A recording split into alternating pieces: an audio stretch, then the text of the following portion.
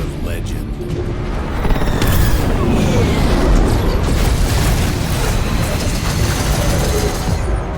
Hallowed and venerated among the stars themselves.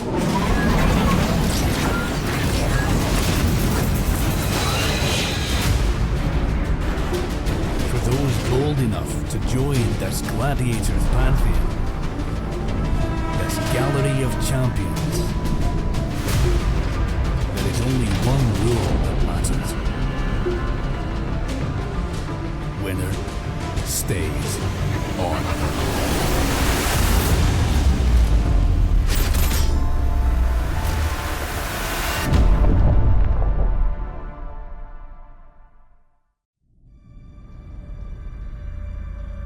Welcome back to the Alliance Tournament 19 feeder round. This is day number 2.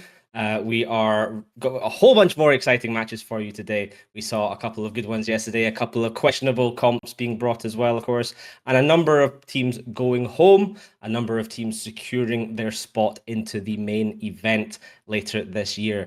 So yesterday, a couple of those matches, let's take a quick look at the results. So we saw the teams of Goonswarm Federation, Platinum Sensitivity, Brave Collective, the Ancients, Paper Numbers, Deepwater Hooligans, and Darkside secure themselves a spot in Alliance Tournament 19. They are done until August. They just need to practice, and try and win some pretty poggers prizes.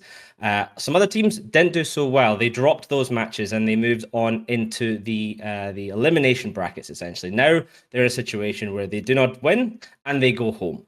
And no one likes that. Unfortunately, we did say goodbye to a couple of teams. We said goodbye to Banana. We said goodbye to Wormageddon. We said goodbye to Sugar. So today we start with a couple more elimination matches. The first one being Snuffed Out versus Kitchen Sinkhole. And again, this is an elimination match. You know, if Snuff or Kitchen Sinkhole don't win this, they do go home. Winning does not get them into the tournament, however. There are still plenty more rounds to go, and that will culminate in the Galenti Gamble. CCP Zealous went into a dark room, shut all the blinds, and then came out days later with this absolutely insane rule set. Galenti ships only. No bans, no real restrictions, just complete and utter insanity. So 3 teams will eventually have to go through that, I don't know what even to call it, gauntlet, for one remaining spot. So this first round, win and in, that takes 24 of the 28 available slots for the feeder rounds. The other 4 teams will have to compete for it, and it will be pretty gosh darn brutal. I'm joined on the desk again by 2 fantastic individuals, Mystical Might and Moderator. Mod, how are you today? Not at all nervous about Snuffed Out playing in their first round for their life, but glad to be here otherwise. Awesome, fantastic. Yeah, I forgot you are in Snuffed Out. We saw Snuffed Out yesterday dropping to Goonswarm Federation in a very interesting match. Also featured our first boundary of the tournament from Snuffed Out, managing to boundary one of their ships straight out of the arena. You go past 125 kilometers, and both CCP Zealous and CCP Convict are just there with high caliber sniper rifles ready to blow your ship right up. Mystical Might, how are you? Some good matches yesterday. There were some good matches yesterday. I'm looking forward to some good matches again today. I think Snuff is probably one of the ones I'm looking forward to most, alongside most of the Wormhole matches too, because it means I get to flame other cast members. Yeah, speaking of Wormhole matches, it has not been the tournament of the Wormholer. Now, last year we saw Odin's Call, Wormhole group, make their way all the way to the grand final before they dropped finally to Truth, Honor, Light in an exciting culmination of last year's tournament. They're a Wormhole group, so they were carrying that flag for all Wormholers all over New Eden. But yesterday, that flag was very much not being carried by anybody. Every single Wormholer group we saw lost, by exception of one, where it was Wormholer versus Wormholer. So by sheer technicality, one Wormhole group had to win.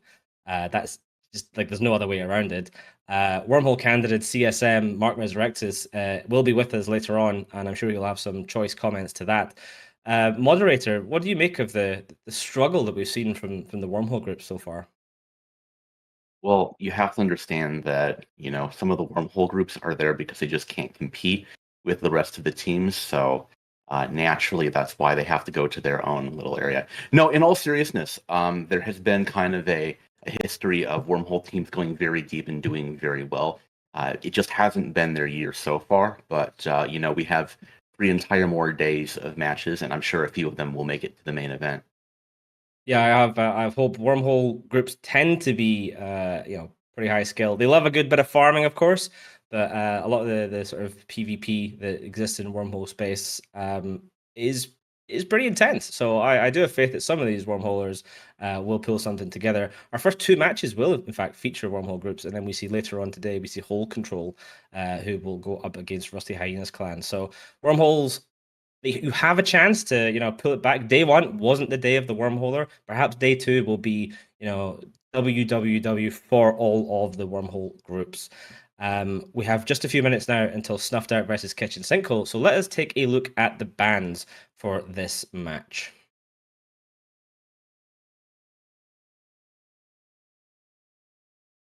Nice. I'm just waiting to see if we see the bans. We do indeed see the bans. I do not Would see you the like me bans. to reel them off?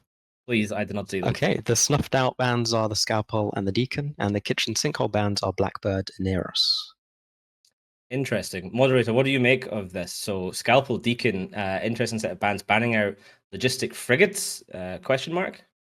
Yeah, you basically covered the best 2 of the Tech 2 logistics frigates. So basically you're saying, hey, you either have to bring, a Tech 2 cruiser logistics, or, you have to bring Tech 1 frigate and to complement your other Tech 2. So basically saying, you're going to bring a Guardian, since we do see an Oneros, or you're going to bring, another Tech 2 shield cruiser. And Mystical Might, pretty standard looking bans from Kitchen Sinkhole. Blackbird, we spoke about it yesterday, a super powerful ship in tournament format. And the Oneros, probably the strongest of the armor Tech 2 logistics cruisers. Do you see anything being telegraphed here, or is this just pretty standard bans?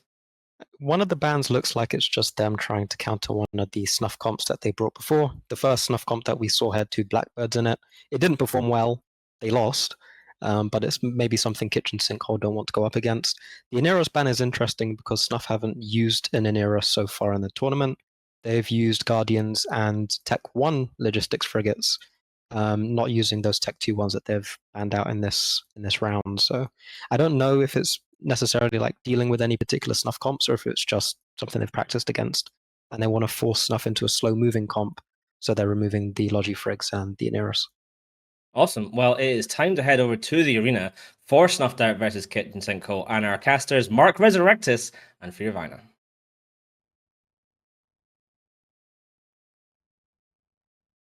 Hello, everybody, and welcome to the arena for the first time today. My name is Fearvina, joined by the lovely Mark Resurrectus.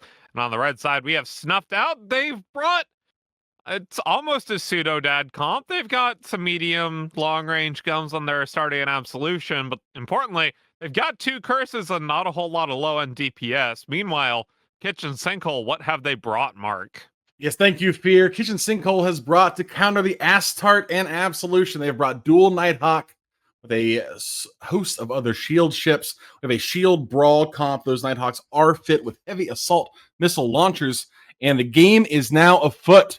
Kitchen Sinkhole will be looking to close that distance so they can apply those hams up close. At the same time, we see now Snuffed Out moving back, getting some range, creating some distance so that they can do some control plays in the middle. Now, this Vengeance playing screen right now for Snuffed Out, as quite a few maintenance spots, shield maintenance spots have been dropped by the side of Kitchen Sinkhole. Just trying to poke and prod a little bit. They do need to get in range for their heavy assault missiles, but at the moment, you have to realize Snuffed Out, they don't actually have that much DPS. They have an EOS, Astarte Absolution, and that's it for their medium guns.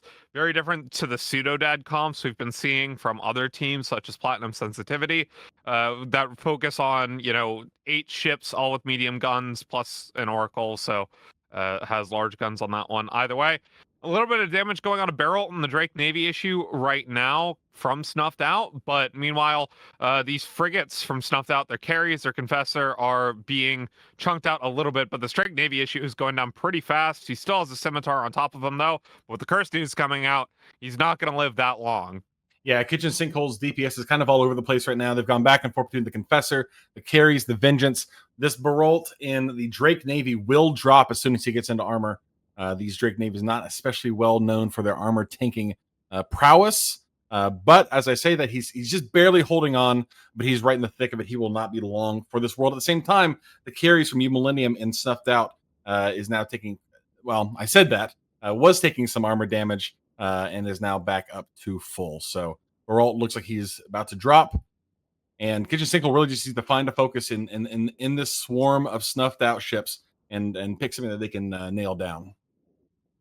Yeah, I mean, shield brawl, shield rush ships, you have to find a target and pick it down.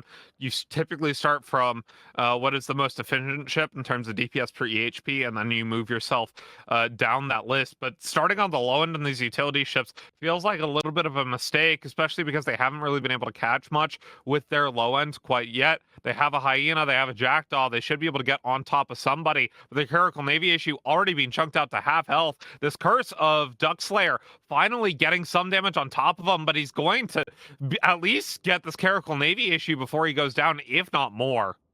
Yeah, the Kitchen Sinkhole fleet really is relying on a lot of DPS. They have a ton of DPS in this fleet. Those Nighthawks are scary. The Clerical Navy was scary. That also the O&I also. These are ships that have, they can apply a lot of damage when they get in close, but the Stuffed Out fleet is countering that by both having a lot of armor buffer, the Absolution, the EOS, of course, having a ton of buffer, and having a lot of control in this fleet. And their screening is playing this really well. But we see now that the Duck Slayer and the Curse absolutely swarmed with drones, but not a whole lot else over there right now. And again, Kitchen Sinkhole just is not focusing on anything specific. They're kind of spread all over the place right now. The Scimitar, he's got ancillary shield booster charges, so the curse isn't affecting him too much right now. But once he runs out of those charges and is already up 3 out of the 9 times, make that 4, it's going to be a very quick death for the Semi. They finally got some damage on the curse from Kitchen Sinkhole onto Snuffed Out, but he's living to win at the moment with their Tech 1 logistics frigates. I mean, this is just a weird comp from Snuffed Out, but the execution just not there from Kitchen Sinkhole right now. They're about to lose their Scimitar, and they have yet to kill a single member of the Snuffed Out team. Yeah, that Scimitar's shield HP was bouncing back and forth like a yo-yo. He will drop, and even if they kill the carries now, which it seems like they were trying to go in on the carries of U Millennium early, or at least within the last couple seconds, I don't feel like trading 3 of your ships, including your Logi, is a fair trade for a single carries. Yeah, at some point you just got to question the target calling priority from this side of Kitchen Sinkhole, or their ability to actually grab a target with their low ends. They have a Hyena, they have long range webs, but this time around they just haven't been able to grab anything at all. They lose their Osprey Navy issue right off the bat. These Nighthawks are about to go down as well, even though they are fairly tanky ships. They are easier to kill with these medium guns than the Hyena carries, Jackdaw and Maulus. Will be Tease 1983, the primary target for Snuffed Out, and they will win this match 100-0. Goodbye, Kitchen Sinkhole. At least you went out with a win in feeders, so I got minus 50 points for you instead of minus 100. Here is to hoping Novak actually wins their match, because otherwise I'm going to be minus 100 out of feeders. Yeah, I'll tell you, with these kind of all-in shield rush fleets that rely on so much of this upfront damage from the Nighthawks, so much of it relies on your application and being able to hold something down. And if you can't do that, you're going to be in a rough spot. And as we saw here, well played, of course, by the Snuffed Out team, but really, Kitchen Sinkhole needed to pick a target, needed to find something that they could grab, and really needed a lot more, I think, from their low end to support the high. I mean, they had a ton of DPS at the start of this match, and we could see the attack bar was so high to start. And, that has all just fallen off now. When this Nighthawk goes down, they'll have nothing else except for a couple ships that are maybe lucky to avoid being shot just by kiting out the handful of Snuffed Out tackle, but more than likely they are going to get slapped as well. Yeah, Shield Rush getting kited. I mean, it is, unfortunately, the thing Shield Rush doesn't do super well, if it's a Nighthawk based one, is actually chase down upon kitier ships, even these armor kite setups. Still, I can't help but think that Snuffed Out's comp was a little bit weird here. They didn't have that much overall DPS, and this time around they just haven't really I feel like this was Kitchen Sinkhole's match to lose, and they definitely lost on execution here. Yeah, not played especially well. I mean, these kind of armor control fleets are they're tricky. They have, like I said, quite a bit of armor buffer, but you counter that with a lot of DPS. And Kitchen Sinkhole had a lot of DPS. You're absolutely right. It was their match to lose, and sure enough, they have lost it. We see Goya Rollard in the carries going down. We'll pass it back to the desk after an exciting, if not perhaps predictable, about halfway through. First match to the second day of feeders in the Alliance Tournament 19. Pew, pew, pew, pew. Pew, pew, pew. I buried the pot. Farmer's Bar could be anywhere.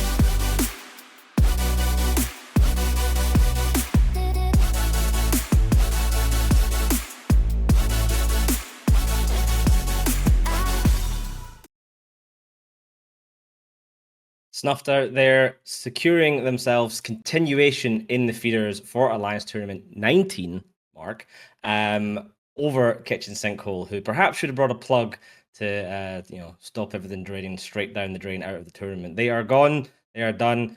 Thank you for playing. We'll see you next year. Mystical Might, interesting comps bought by both teams. It looked like Kitchen Sinkhole had a pretty high DPS rush comp. We heard the casters talking about how it looked like from the start that they should have had that match based on the matchup, yet they didn't. What happened? I think it was an interesting mix of Snuff playing okay and Kitchen Sinkhole playing badly. Kitchen Sinkhole brought a Hyena. I think everyone's expectation behind the scenes was that the Hyena would be able to pin down one of the larger ships like the Absolution and get the rest of the team on it. So all of the Nighthawks and the Drake Navies, the Osprey Navy, the Caracal Navy. And that's going to be doing a lot of damage, right? You're not going to be able to keep that up with the 2 Logi frigates that they had on their side. So eventually you'd be able to go through each of the core ships, the damage dealing ships on the Snuff side, and they'd have nothing left. Instead, Kitchen Sinkhole decided to kind of loiter in the middle of the arena for a bit before making any decisive decision to burn towards the Snuff team. And by that time, Snuff had managed to pull back a bit. They'd been using their curses to start draining capacitor from some of the ships on the Kitchen Sinkhole side. As we saw with the Drake Navy, for example, which was dead in the water, wasn't able to turn on its hardeners and just fell through reps. And Kitchen Sinkhole, importantly, didn't have any range projection and no way to deal with the frigates. So they were pinned down by the tackle from the Snuff team, while the curses were guidance disrupting them, which means that they were applying poorly and they couldn't project beyond like 10 kilometers anyway. So they had no way of actually breaking free at that point. So yeah, it was just Snuff's match to slowly and gradually win as long as they didn't make any big mistakes. And Maud, you must be feeling pretty chuffed with Snuff there. Your home team taking their first victory of the Alliance Tournament 19 feeders and continuing to exist for a little while longer. How do you feel right now? I'm feeling, pretty good about it. They have another chance in the round 4. If they win, they're in. And if they lose at this stage of the tournament, all teams would be going on to the Galenti Gamble for the absolutely insane match that somehow CCP Zealous came up with.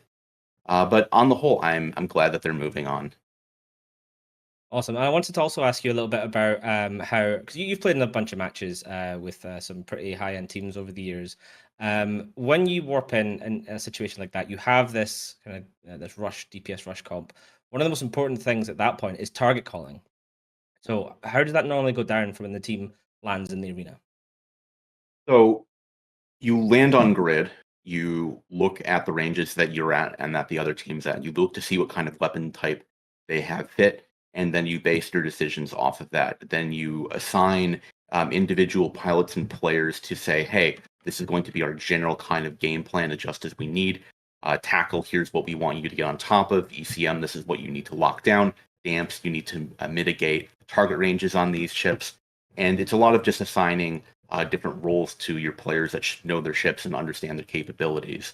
And in this match, it seemed like both Laudel and Athena did a pretty good job at understanding what they needed to do and just stringing out that Navy Drake, stringing out that Nighthawk, and not allowing them to get on top of any of the Snuff Corps. Yeah, that's a great point, and it brings me right on to my next one, Mystical Might. One of the things that we talk about all the time, both in terms of matches, and also hear people talking about this on TQ as well, the concept of screening. Kind of walk us through what screening is, why it's important, how one might do it. Yeah. So in EVE Online, screening is the term that is often used when a team or a group of roamers or anyone else utilizes tackle ships within their comp to slow down hostile ships that are burning towards them typically. So if you're screening, you're stopping hostiles from getting tackle on you by either using your long-range webs that Hyenas, Rapiers, Hugins have, for example, or you're using scrams, which you have on your Vengeances or your Maledictions, things like that. Your tackle ships, basically. An effective screen is usually one that can burn past the target or close enough to the target to scram them, to turn their mic warp drive off, or to get their webs off for a time, without necessarily lingering in the same area to get tackled back. So there are different ways of screening, and depending on what you need your ship to do, sometimes you'll fully commit the Vengeance onto the Nighthawk because the Nighthawk can't kill it. But if you're going up against a lot of medium guns, for example, maybe having your Vengeance out of position isn't the best thing, so you'd want him to fly in, scram, and fly away again really quickly. Essentially, it's just a way of protecting the core ships on your side from the probably high damage dealers on their side, so you can make better use of your own range advantage. Awesome. So that was a interesting match all around. First match of the day. Wormhole is taking, unfortunately, yet another L and allowing Snuffed out to continue. Wormholes have another chance in our next match. It's going to be Initiative versus No Vacancies. So let's take a look at the bans for this upcoming contest.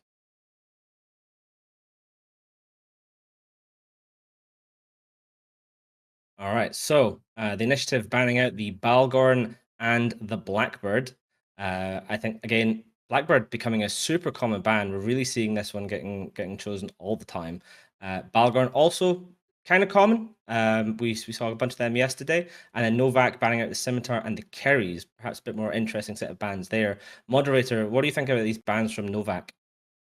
Yeah, Novak is choosing to ban out two ships that we would see typically in a more kind of shield kitey or even a control setup. So you ban Scimitar because it doesn't rep as much as its Caldari counterpart, but it's much more faster, much more mobile, and very hard to also screen or get tackle on, like we were talking about earlier. And the Kerries is going to be just a very common generic, and like the Blackbird wanting to get rid of effective T2 damps. And Misty, banning out this Balgorn and Blackbird, two ships that are pretty good at kind of countering a Leshak comp, perhaps even a double Leshak comp. And we saw the Initiative brought that yesterday. They seem to quite like it. Do you think they're almost telegraphing, hey, Leshak's pretty cool, we might bring them again? I think it could go one of two ways. I think the Balgorn and the Blackbird combo is very good against both of the comps that Initiative brought. I think they brought the Leshaks yesterday, like you mentioned, but they also brought a Nighthawk Sleipnir Rush as well. And the combination of long-range webs and really strong newts from the Balgorn would, in combination with the jams from the Blackbird so that they can't actually shoot anything that's tackling them, would also probably be fairly deadly to their ability to win those matches. So I think it's just a strong pairing anyway. I don't think No Vacancies have flown a Balgorn or a Blackbird yet in this tournament, but maybe it's something that Initiative have practiced against and they've decided they, again, can't deal with it with the comps that they want to bring in the feeders. Yeah, on banning strategy, Mod, if you're going to put bans in for your team, you've seen what ships the other teams like to bring. You've got a little bit of information. You know what your comp doesn't do well against that you want to bring. How much of one are you leaning in? Are you going all just, I'm banning what I don't want to see, or are you going to try and target bans against what the other side likes to bring? I mean, it could be a little bit of column A, column B. If you know that your opponents are a one trick and really only have one really, really good comp, you can just say, hey, no fun allowed. You're going to have to bring something else that you're not as good or practice in. And there can also be, a thought process of, hey, maybe we're just weak against this. We don't like it. In the end, you should understand how your comp fare against every other kind of generically good comp in the event and kind of base your banning strategy around. If we ban this and this, it means this is open and we can bring this comp. That's a little bit of the strategy we're going to start seeing in the main tournament, not so much in the theaters just quite yet because we don't have enough bans available.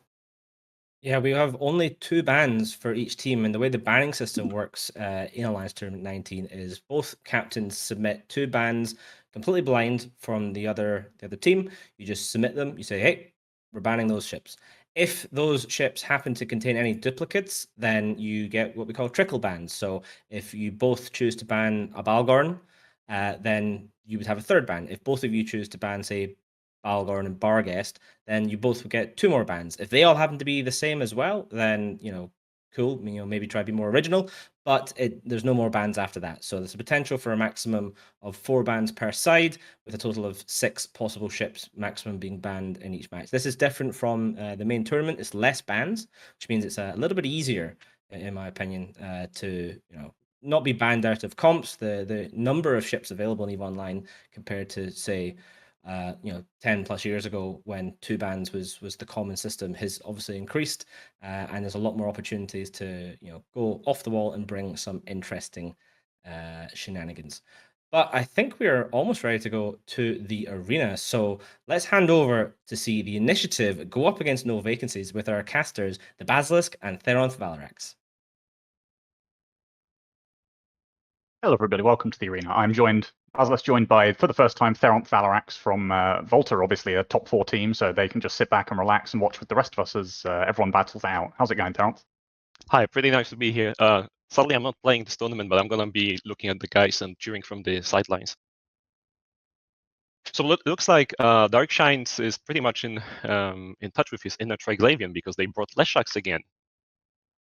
They did, and it's the double Leshak that we saw yesterday that I think a couple of us behind the scenes didn't really like, but I think it's a different variant of the double Leshak because I don't remember them having an Armageddon with it as well. And it's going to be quite an interesting matchup to see how it comes up in this presumed newt war that's going to go on here with the Armageddon on the other side of Fury Orderlies for No Vacancies. Interestingly, neither of those Geddons have any launches, so this is going to be full newt Geddon on both sides as well. I think the other thing is the Arbitrator here. I think the Arbitrator is quite an underrated ship. The Arbitrator and the Sentinel combo together, you get so much disruption. It's exceptionally powerful. And when, as you said, there's no guns on the Armageddon, so all of Initiative's damage is going to be on those 2 Leshaks. And tracking disruptors can just break your spool or just stop you spooling entirely. You literally can't shoot if they're out of range. Even if you load Meson and you've got 15 kilometers range, you're still in a Leshak. You haven't really got the speed to get on top of them. It can be very, very difficult to play the game if that Arbitrator goes uncontrolled. That is right. Dark Shines, though, is charging forward. It's a little bit of a risky play because like the other Armageddon and the other Leshak is a little bit behind. So let's hope that they don't get screened, TD'd, and then bumped off so they cannot deal damage and spool. The Stormbringer, actually piloted by Cal Jadox, is already working on the drones on the other side. 1 flight of the bots is already down. They're working now on the DPS drones. There are more drones coming in though, so he's doing a field day. Heavy bots dropped on the initiative side, and they are slowly going towards the Leshak of Dark Shines. That seems to be primary. This Punisher of Stellar Steve is burned in here, I think, to try and hold down this Leshak. Just land a scram on him, but he's immediately swarmed with a bunch of acolytes coming from the initiative ships here. So this Punisher, I mean, I'm not sure if he's still holding scram here, or if he's actually just tackling if his target got away, and if he's just held by the Magus or something, but it doesn't look like he's particularly where he wants to be right now. The Punisher, obviously a very tanky Tech 1 frigate, but if he hasn't grabbed anything, then he's kind of stuck there and he hasn't done what he needed to do. I'm unsure if he didn't get hit by a heavy newt or something and then stopped in his tracks because they are 2 mid ships, so they cannot have a cap booster on it. Dark Shines is slowly heading to half armor, but it does, and Fury Orderlies and Armageddon is comfortably tagging you right there on the other side. It's not looking good because the newts are going to be starting to take effect the longer the match goes on. Yeah, I'm not sure about killing the Punisher here because, I mean, once you've got him scrammed, he's not really doing anything. He's already missed his target. You've sprung the trap. You've evaded it. Both of your Lashaks have got through, but you don't really need to kill the Punisher anymore. You can hold him with something else and just keep putting those Lashak damage into something else. You keep pumping the Armageddon. You need to keep pushing forward here because Dark Shines, as you said, is going to take damage here, and I'm not certain that they're going to win the Newt War here in this Geddon v Geddon matchup. Yeah, Rocky is the only Leshak that is currently shooting, and his disintegrator is not the bright red that we want to see. It's still like orange, so I don't know if his pull is even that high. Maybe he got broken off, maybe he got bumped off, got out of the range, but it's not looking very good for the initiative team right now. They have finally got these Leshaks parked up right on top of Fury Orderlies, though, although Darkshines does need to learn to press control space and stop his shit because he is massively out-tracking himself right now. Hopefully he'll slow down. I think the other team is helping him out a little bit by webbing, and he is entering low armor here. He's probably not even going to get to Squall for long. In fact, is he even shooting his guns? I think he may just be suffering really heavily from the Newt pressure here from this Geddon. There is a lot of split DPS on the Novak side. The Inquisitor is getting damaged, the Hyenas is getting damaged, the Magus is getting damaged on the initiative side. So there's a lot of strain on those two Tech 1 Logi frigates, and Dark Shines is no longer for this world. Yeah, they're sort of caught between a rock and a hard place because one of the weaknesses of those Logi frigates is their range. They've got decent fall off on the reps, but I think their optimal range is like 5 kilometers. So if you've got, you're trying to deal with half your fleet on one side of the grid and the other half, trying to peel off the Lashaks, peel off those Vad and Armageddon, just keep the reps flowing in both directions. It's very hard to position yourself in a place that sort of helps both sides of the match. And in that situation, you've got to choose which one are you going to go for. You can't help them both, so it just forces you into a difficult position. Interestingly, the Hyena seemed to absolutely accomplish nothing for the initiative team. Maybe it got muted off, but it definitely did not screen the Punisher. It didn't help catch anything on top to deliver those Leshaks. So, and one first Inquisitor is down for initiative. I think this is going to be a spiral they cannot recover from anymore. Yeah, I mean, like you said at the start, the Armageddons don't even have guns. So even after they clear this No Vacancies Armageddon, the damage won't change. It'll still be an Abaddon and Abso and Eos pumping into you. The second Inquisitor's going to go down, and that much damage will be able to just rip through what's left on the initiative side here. And this is indeed looking like initiative are going to be heading for an early exit. Do you think that maybe the bans, the initiative has banned Balgon 3 times in a row, I believe? So was it a little bit of a telegraph?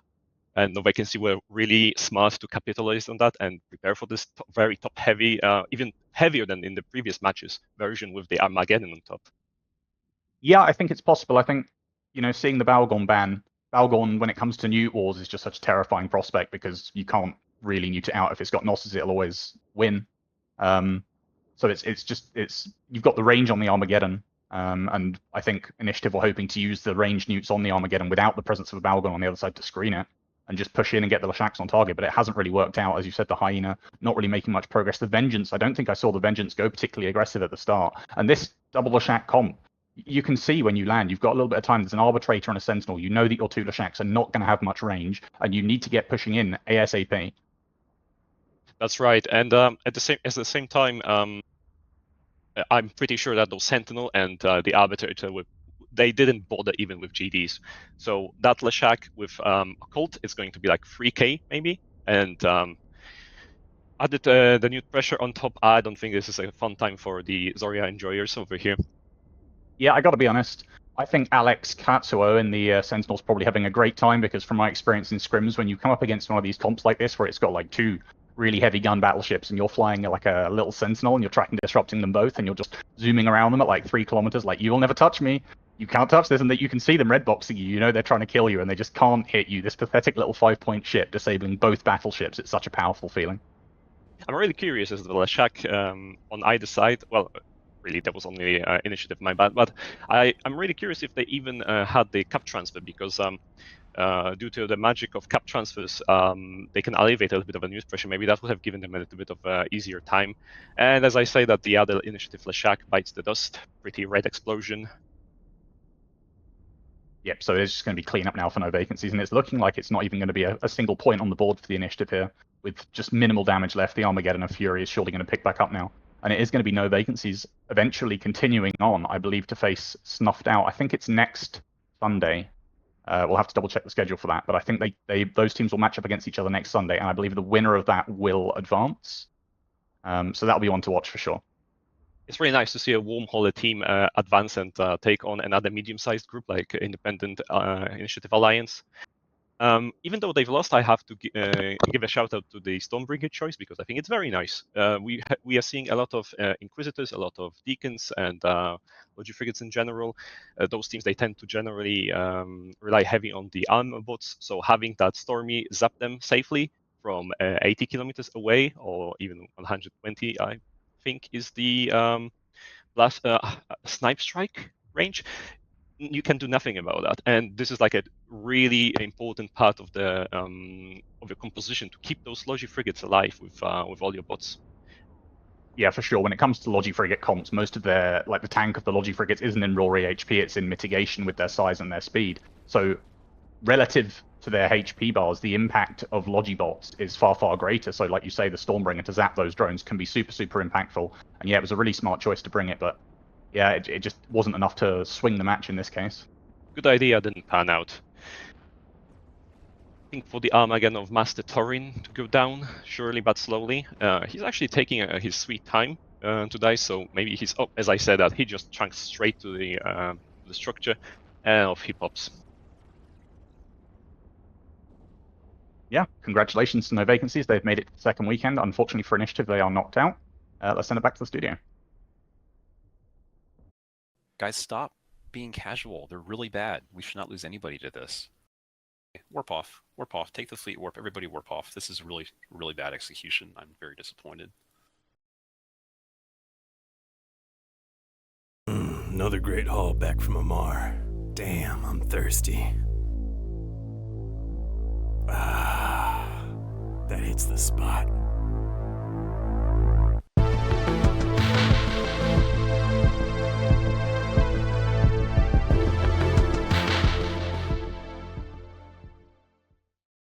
Yeah, we actually lost a bet as CCP collectively, so that's why that Alliance logo is in the game. Of course, you could change your alliance by leaving, but that would be kind of a jerk move. That kind like, oh, you don't like it? Just leave. This logo sucks. I'm gonna go join.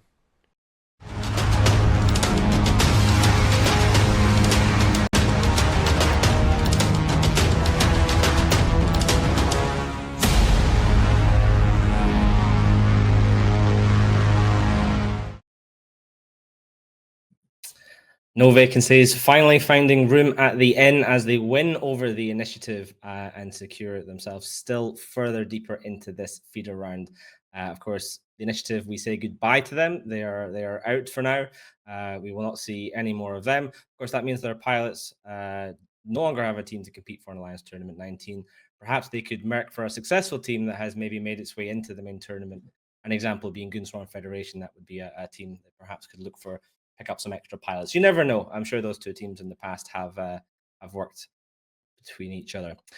Mystical Might, what do you think of bringing an Inquisitor and a Deacon? Obviously, if you bring two Deacons, you're going to get hit by point inflation, but you know the Inquisitors, the Tech 1, it's a lot weaker, right? I wouldn't say it's necessarily a lot weaker. It's a fair bit weaker than the Deacon, but I still think it's one of the tankier logistics frigates that you can bring. And in terms of the rep amount, I don't think anyone's bringing Logi frigates with the intention of fully keeping something up during the match. It's more about delaying its death and allowing it more time on grid. So I don't think it's necessarily a bad decision to bring the Inquisitor and the Deacon together as a fairly tanky duo of frigates that can get a little bit closer than maybe the Navitas and the Thalia can, because those are a little bit more prone to dying if they get shot. So I think it's an okay decision, and it gives them a few more points that they can use then to flesh out the rest of their comp, allowing them to do a bit more damage. Yeah, speaking of points, Moderator, we saw the Initiative bring 71 points just in battleships with dual shacks taking the extra points hit from the point inflation rule and that full new Armageddon. That's a huge amount of points in just 3 ships. Yeah, we're seeing a lot of teams bring this double Lashak core. It has been decent-ish in previous tournaments, but one of the things that we're seeing now a lot is it very much get bullied by teams like No Vacancies that bring a Sentinel Arbitrator, and when you throw all of those tracking disruptors and put it into optimal range on a Lashak, your optimal range is basically nothing, as the cast alluded to. So it's definitely fallen out of favor, and I I frankly wish teams would stop doing it. It's 2023. You got to get new strats and new comps. Misty, do you think the initiative, was there a point they could have taken that match and swung it, or was it really no vacancies to lose essentially? To say, I'm trying to think exactly about what strategy the initiative could have used to win. They both had the Armageddons. I think the No Vacancies Armageddon was put to better use than perhaps the initiative one, as the Armageddon on the No Vacancy side was able to turn off some of the Lashak spools and micro warp drives over the course of that match. So both resetting their damage down to the base damage that they do at the start, but also lowering their mobility and their ability to catch up to the No Vacancies team. I think that the initiative probably should have taken greater steps to play behind their Vengeance and their Hyena. They pushed their battleships forward towards the No Vacancies team, and we saw Darkshines fly into the lead and then kind of get isolated. If they'd played behind the Vengeance and the Hyena, I think they would have had a better chance of catching one of the No Vacancies ships kind of alone. And then they can put their grapplers to use, because it looked like both sides were utilizing grapplers to maybe web down some of the Inquisitors and things like that on the No Vacancy side if they got close enough for them to want to swap. I think they could have just powered through the Abaddon Absolution, to be honest, without needing to worry too much about shooting the Armageddon first, as that's likely to be the tankier ship, because you don't need heat sinks for your newts to be good. Awesome, thank you. And one last thing on that match, for you, Mod. We heard one of the casters there talking about how it looked like Darkshines needed to control space, and that he might be out tracking himself. What exactly was Darren talking about there? Yeah, so turret ships, unlike missile ships, have this rate at which your guns can do the spinny thing around and actually focus fire on top of another ship. And when you are in a battleship, your guns are very slow at actually physically turning and doing that. So if you are going faster in a straight line, then your actual guns can spin around and catch up with that. And we do see this excellent infographic shown by our production team uh, explaining how tracking speed works. Unfortunately, Darkshines, especially with the tracking disruption that was on him, would have had a great deal of difficulty keeping up and actually applying damage. Awesome, thank you. I wasn't even aware we had these graphics ready to go. This opens up a whole new world for us. We could talk about all sorts of mechanics. Good to know. So thank you very much for that. Yeah, but as I said, the initiative, Dunzode, no vacancies, Inzode. Let's move forward and look at our next match. So we have Barcode versus Test Alliance. Please ignore. Let's check out the bans and see what these two teams are choosing not to face. So it looks like Test Alliance, please ignore, banning out the Loki and the Kerries. Interesting to ban out a Loki, not a very common ship.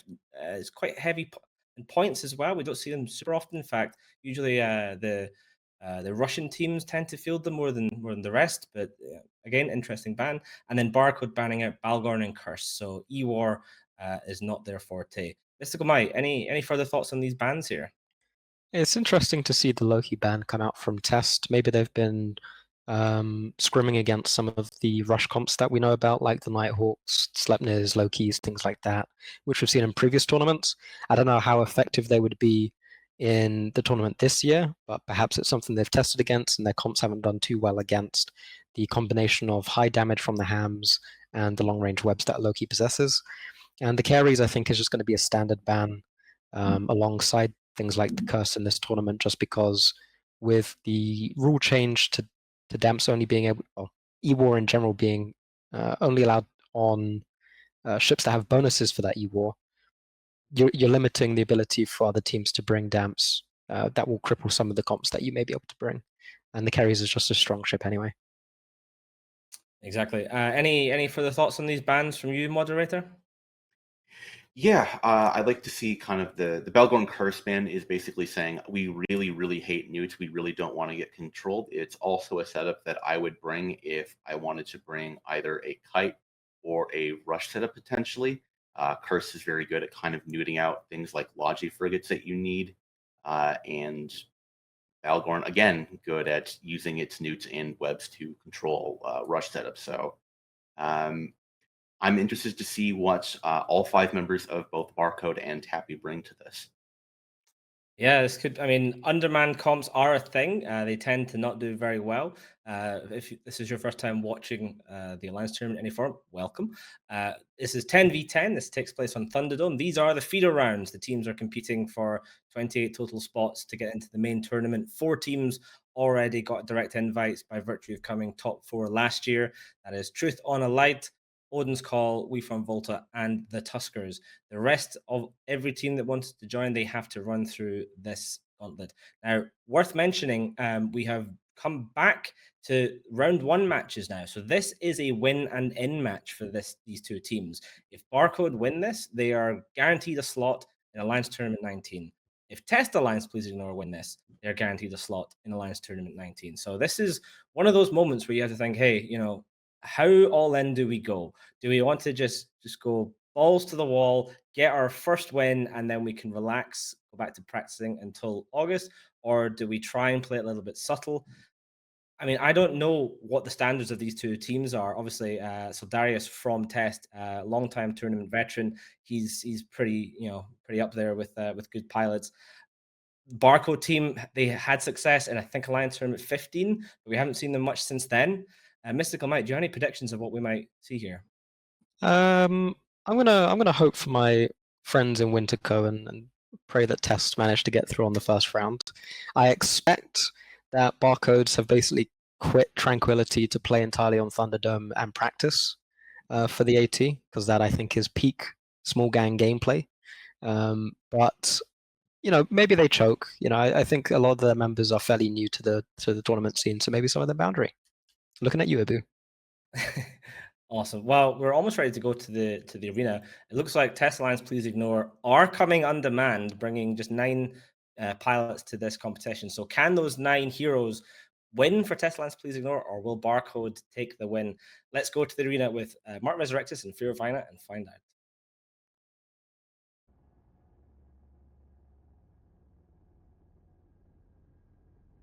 Welcome back, everybody. It's me, Mark Resurrectus, here with Fear of Vina. For now, the 3rd match of the day, we have the team from Barcode, a very interesting alliance name, also pronounced E, who have a kind of an armor control comp with dual exec navies, Eos, Oniros, Prof Navy, Brutix Navy, and Oracle. And Fear, what are we seeing from the team from Test Alliance Please Ignore? Tappy have brought an undermanned Kingslayer comp, and I want to point out real quick that Typhoon has a rate of fire bonus, and the Armageddon Navy issue has a damage bonus. So their clip times will not align up. This is not typically what you want to see in a King Killer setup. They are up against a lot of medium ships, though, so it might work out for them. But first off the bat, this may just being chunked out quite heavily by these medium guns from Barcode. But conversely, the Oracle, not a very tanky ship as it is an attack battlecruiser, is going to be the target from Test Alliance. Please ignore. Yeah, we see the Barcode Confessor coming in to kind of get some range, but perhaps provide a little bit of screening there in the middle with the Brutix Navy of Necrox. The rest of the team is posting up in sort of a back arc away from the team from Test, while the team from Test again is kind of spreading out. You've got the Armageddon in the middle with the Typhoon there as well, the Deacon, of course, and the Pawnee there with them. Well, the Vigi, Celestis, Magus, and Dahlia all kind of hang towards the back line. Both these teams, neither one seems to really want to engage too heavily, but now we see the Oracle of Coconut Water in getting chunked deep into armor. Will need to catch reps quickly or you will go down. But as I say that, the Typhoon from Soldarius on Test Alliance also now chunking into armor. There's a back and forth between these two to see which one will go down first. Yeah, there's just a lot of damage in these medium guns, plus large guns from the Oracle, with the pseudo-died setup coming in from Barcode. And they're actually able to keep this Oracle alive through the rapid heavy clips. I think this might be an AB Oracle or something of that nature, because typically rapid heavy should be able to deal with an MWD version of the ship fairly quickly. I don't know that for a fact, though. Either way, this Typhoon also has catch reps, but meanwhile, this Deacon absolutely demolished by Barcode, and they might move on to the Thalia next. These medium guns working exactly as intended. Yeah, Barcode absolutely making the true gamer play to go for the Logi early. This T1 Frig Logi, if you can find a way to apply to it, is absolutely going to melt. It does not hold up quite as well as some of the other ships on grid. And you know, it's really good at killing smaller ships or smaller guns, which is exactly what they have fit. Now, the Hyena from Star Melnick on the Barcode team now getting chunked into armor. But again, the Logi from that Oneros of Sid the Kid, shout out to my boy Sid, is absolutely doing the God's work over there to keep these ships up and make this team competitive. Yeah, Aneros rep's very, very powerful. Obviously, some people prefer the Guardian, but just the Aneros, I think, is typically what you see from a lot of these kite setups in armor, just because of the better cap of the ship. This Vigilant of Sapporo Jones is now being taken down by the medium guns of the Barcode side. And Sappo, love you, man, but the Vigilant, as much as Wingnut doesn't want me to say this, not a very good tournament ship. And just way too squishy, way too slow, and it will go down right now. Yeah, a little too squishy to be hung out kind of where he was out in the middle, kind of out by himself. Again, especially with only one Logi left on grid, you're going to be in a tough spot there either way. Now we see the Magus of Somniferous AE being chunked into armor. And again, just a single Thalia is not going to be enough to keep this up. And there's just so much damage left on the side from Barcode. They're going to have their way with the rest of this team. I would be surprised if they don't 100-0. The team from Test, who came in undermanned against a very good team from Barcode, and this is not, I think, too surprising considering what we saw at the beginning of it. But either way, well played from the team from Barcode. Well, Test has finally turned their rapid heavies onto the Neros, but unfortunately, Barcode probably has this as a dual prop in Neros, so he should be able to escape these rapid heavy missiles pretty effectively, especially with his own armor rep. We'll see how well that works down. I don't know if the Neros is tackled. It is not. It is just being damped right now by the Celestis, so should be able to live for at least a bit of time while it swaps props, but either way, Test Alliance plays like Nora. King Killer setups, not amazing against Armor Kite setups. And we're seeing exactly why this time around. They just didn't have the catch to be able to hold a target down and kill it. And the Rapid Heavies, if you're not killing someone in a single clip, it's not going to work for you. And we saw that earlier around. This Typhoon also, once again, with a rate of fire bonus, that's not the bonus you want to see in a King Killer setup. That's why we typically will see Typhoon fleets over the Typhoon, just because a pure damage setup pure damage bonus gets you better clip times or ratio of time you're doing DPS to time you're doing a reload. Saldarius goes down, and Test, as you mentioned, probably going to lose this 100-0. Yeah, the Barcode team really played this about as well as they could have, because if you're not going to defang somebody and go for their DPS first, the next best thing you can do in a lot of cases is just to take away their hands, right? Which is what they did. They went for the low end. They used those medium guns. They applied well, took out the Logi. We see the last Thalia going down just now. And with that left, all that they have left now are the two Ged Navies, which are great ships. Love these ships. You know, very strong, but against, you know, a fully operational Barcode team, not long for this world. And Test Alliance will go down here. Thankfully, this is not their last match. They have one more to pull it out later on today. But we will see the team from Barcode Alliance advancing to the next round. Yeah, they will be playing at 2020, I believe. Yeah. Barcode going to the Kane tournament. The next round, you know. Basically the next round. Whoever picked them guaranteed at least minus 10 points. Thank you, Jen, for your scoring system. That makes absolutely no sense whatsoever. Just kidding. I love you. We do love you. All right. John. You're the best. I gave you the heart with my hands, but you can't see it because I'm not on camera. But you're just gonna have to trust me there. Put on the cat ears next time you're on camera. Thanks. Agreed. Armageddon Navy of HVAP Pimp Slap going to be the next one to go down, and then they'll finally work on the Celestis. Barcode making it look pretty easy up against the Test Alliance. Please ignore. Grant you, they were undermanned, but also just the matchup not good for the King Killer setup.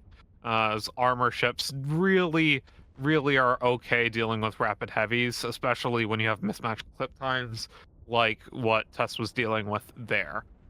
Yeah, I love this. I love this fleet comp from Barcode. Excited to see how they do in our AT19 in August. We'll head it back to the desk from here at the third round.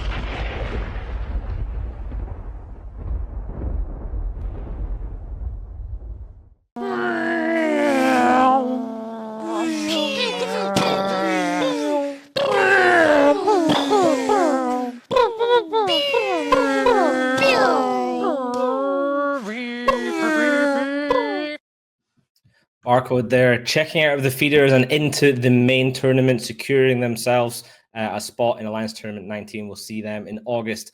Meanwhile, Test Alliance, please ignore. They wanted to bring Kingslayer. Their mum said, hey, we've got Kingslayer at home. And that's what we saw. Moderator, talk to me about that Kingslayer setup from Test Alliance. Please ignore there. Sure. So Kingslayer is a composition that was made by essentially Hydra Reloaded many years ago. What it is you take a core of usually at least 3 heavy RLML battleships, and what you do is you try to kill the logistics, which was why it was called a Kingslayer. You try to break that, and then from there on out, you slowly work through the rest of the core. Unfortunately, Test couldn't even really kill the Oracle on that side of Barcode, which does not bode well. Unfortunately, one of the issues with Kingslayer, as brought by Test, is that it really needs a couple things. You need long-range webs to actually apply and hold something down, so that combined with ideally a painter or two makes your RLML damage apply that much better. Yeah, it did seem that they struggled to apply, Misty, as we saw them go initially for the Oracle. Oracles, of course, not exactly famously tanky ships. Usually they're basically, a glass cannon, and this pretty heavy DPS comp could not break an Oracle. Surely at that point, the test team had to be thinking, what do you do then in that scenario? To a degree, I can see where it makes sense that you would try to primary a high damage and fairly non-tanky ship at the beginning of the match. If you're able to break through the reps, then you're clearing both the battle cruiser's worth of, I guess, large gun damage, but also you're making sure that there are fewer ships on the other team that are able to headshot your smaller ships. With application from the Hyena assisting the Oracle, you're probably going to get some decent shots in on some of those lower-end things like the Maguses, and you need those for your links anyway. Failing that, they should have just switched straight for the Aneros, and ideally they would have had long-range webs and some form of rep drone clear, whether that is smart bombs on the battleships or I was going to say Stormbringer, but Skybreaker is probably better because it takes up a frigate slot, it's fairly quick, and it still projects fairly far, and it also applies a bit better than Stormbringer gun does, with the small arc Voltron projector thing versus the medium. It's a mouthful of a name, and you don't need to know it because you're not going to see it much on TQ anyway. It's fine. Initiative's the only one that flies it. So yeah, anyway, ideally you would pair those together with the rapid heavy missile launchers, and they didn't, so they were already starting off on the wrong foot. Mod, one of the other things that Barcode did was they brought quite a lot of medium guns, which obviously have decent range, decent tracking, decent projection. They brought 2 Executor Navy issues, which got buffed about a year ago, I believe, in the Uprising expansion. Super popular ship now in tournaments. Mobile, fast, tanky, high DPS, long range, pretty good. And then they brought that Hyena and a Confessor as well. So it felt like, to use a turn of phrase, those Logifrigs were not long for this world right from the very start. How do you feel about bringing this sort of medium gun setup against what could quite easily be logistics frigates? I think it's one of the better options you have, as some of the casters have been mentioning. Navy Executors got a recent buff, like you were just saying, but they're also point discounted because this is a Galente-sponsored tournament, and the sheer value that a pair of those brings for 14 points, you're doing more than battleship damage, especially with close-in ammo, and they bring a lot of mobility. They're very good at kind of being an intermediate tackler. So you have between your Confessor, your Mauler, your Hyena, and those two Executors, you have 5 ships that can really get down on top of something and really just not let it go. And that's exactly what we saw with those Longifrigs. We saw the paints and the webs of the Hyena, and then they just got destroyed by that tracking. Yeah, and I just want to give a bit of a call out to one of the logistics frigates of Test. One went down pretty quickly. The other one did a pretty incredible job of positioning himself around. Our casters in the back were talking about it. Moving around as a solo logistics frigate, you got to be super aware of your positioning. Misty, you've obviously seen this done in various matches. Talk to me about how important and how hard positioning a logistics frigate is. I've flown logistics frigates a fair bit as well while I was still playing in the Alliance tournament alongside Lucas Khan. It's fairly tricky. It depends on the setup you're going up against. I think you need to identify whether they have ships that are able to get on top of your logistics frigates and do damage.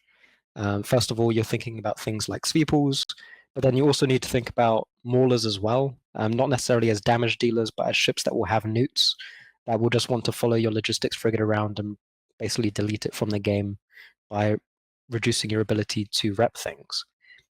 When you're being shot in a logistics frigate, you need to also make the determination whether you can hold under the reps from your logistics frigate friend, or whether you are going to waste as much time as possible by just burning away, dragging those drones with you, making them switch to longer range ammo so that they have to spend all of that time trying to kill you, or they have to switch to something else. We use that to great effect in a lot of our Alliance Open matches, where I think Lucas basically died first every time because his name is recognizable. And I'm a nobody, so that's fine. And then they'd switch to me, and I'd end up on the edge of the arena just dying to some drones somewhere. But that's all damage that isn't being done to the rest of my team while my team is getting to work killing things.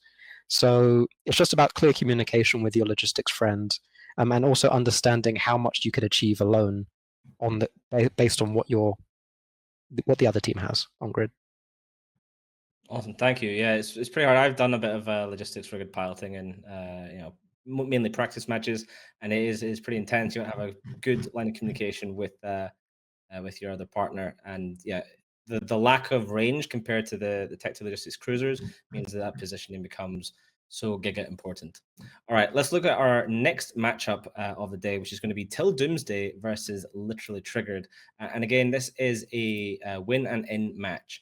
So let's look at the bans for this. So Till Doomsday banning out the Guardian and the Blackbird, whereas Literally Triggered banning out Blackbird and Nighthawk. Then we have trickle bans coming in for the first time today. Till Doomsday choosing to ban the Curse, and Literally Triggered banning out the Kitsune. So there's going to be a significant lack of ECM in this matchup. Moderator, what do you make of these bans here? Yeah, Literally Triggered trying to get rid of the Nighthawk that has been a core of a lot of the Shield Rush setups that we've seen in past years, but also saying, man, I really, really, really hate getting jammed by kind of these medium point but very high effective ships. Till Doomsday, again, maybe they've seen something that makes them not want to see the Guardian, or Neros is a more common ban, but Curse is a solid third ban for just all the reasons we've said throughout the day, just how much tracking disruption and neutralization it applies. Mystical Might, anything to add about these bans here?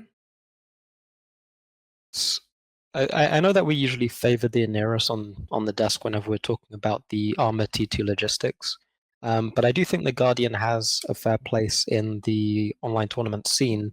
It's not as fast or versatile as the Aneros is because it doesn't have that many mids. So typically we favor the Aneros because it's able to fit a micro warp drive, maybe an afterburner, a cap booster, and a sense booster if it wants to. So it's harder to jam, it's harder to pin down, and it can still rep. Whereas the Guardian has more rep power and is, I think, a little bit tankier than the Aneros, but it only has one prop mod and it can only fit a cap booster or a sense booster, typically a cap booster because you want to rep.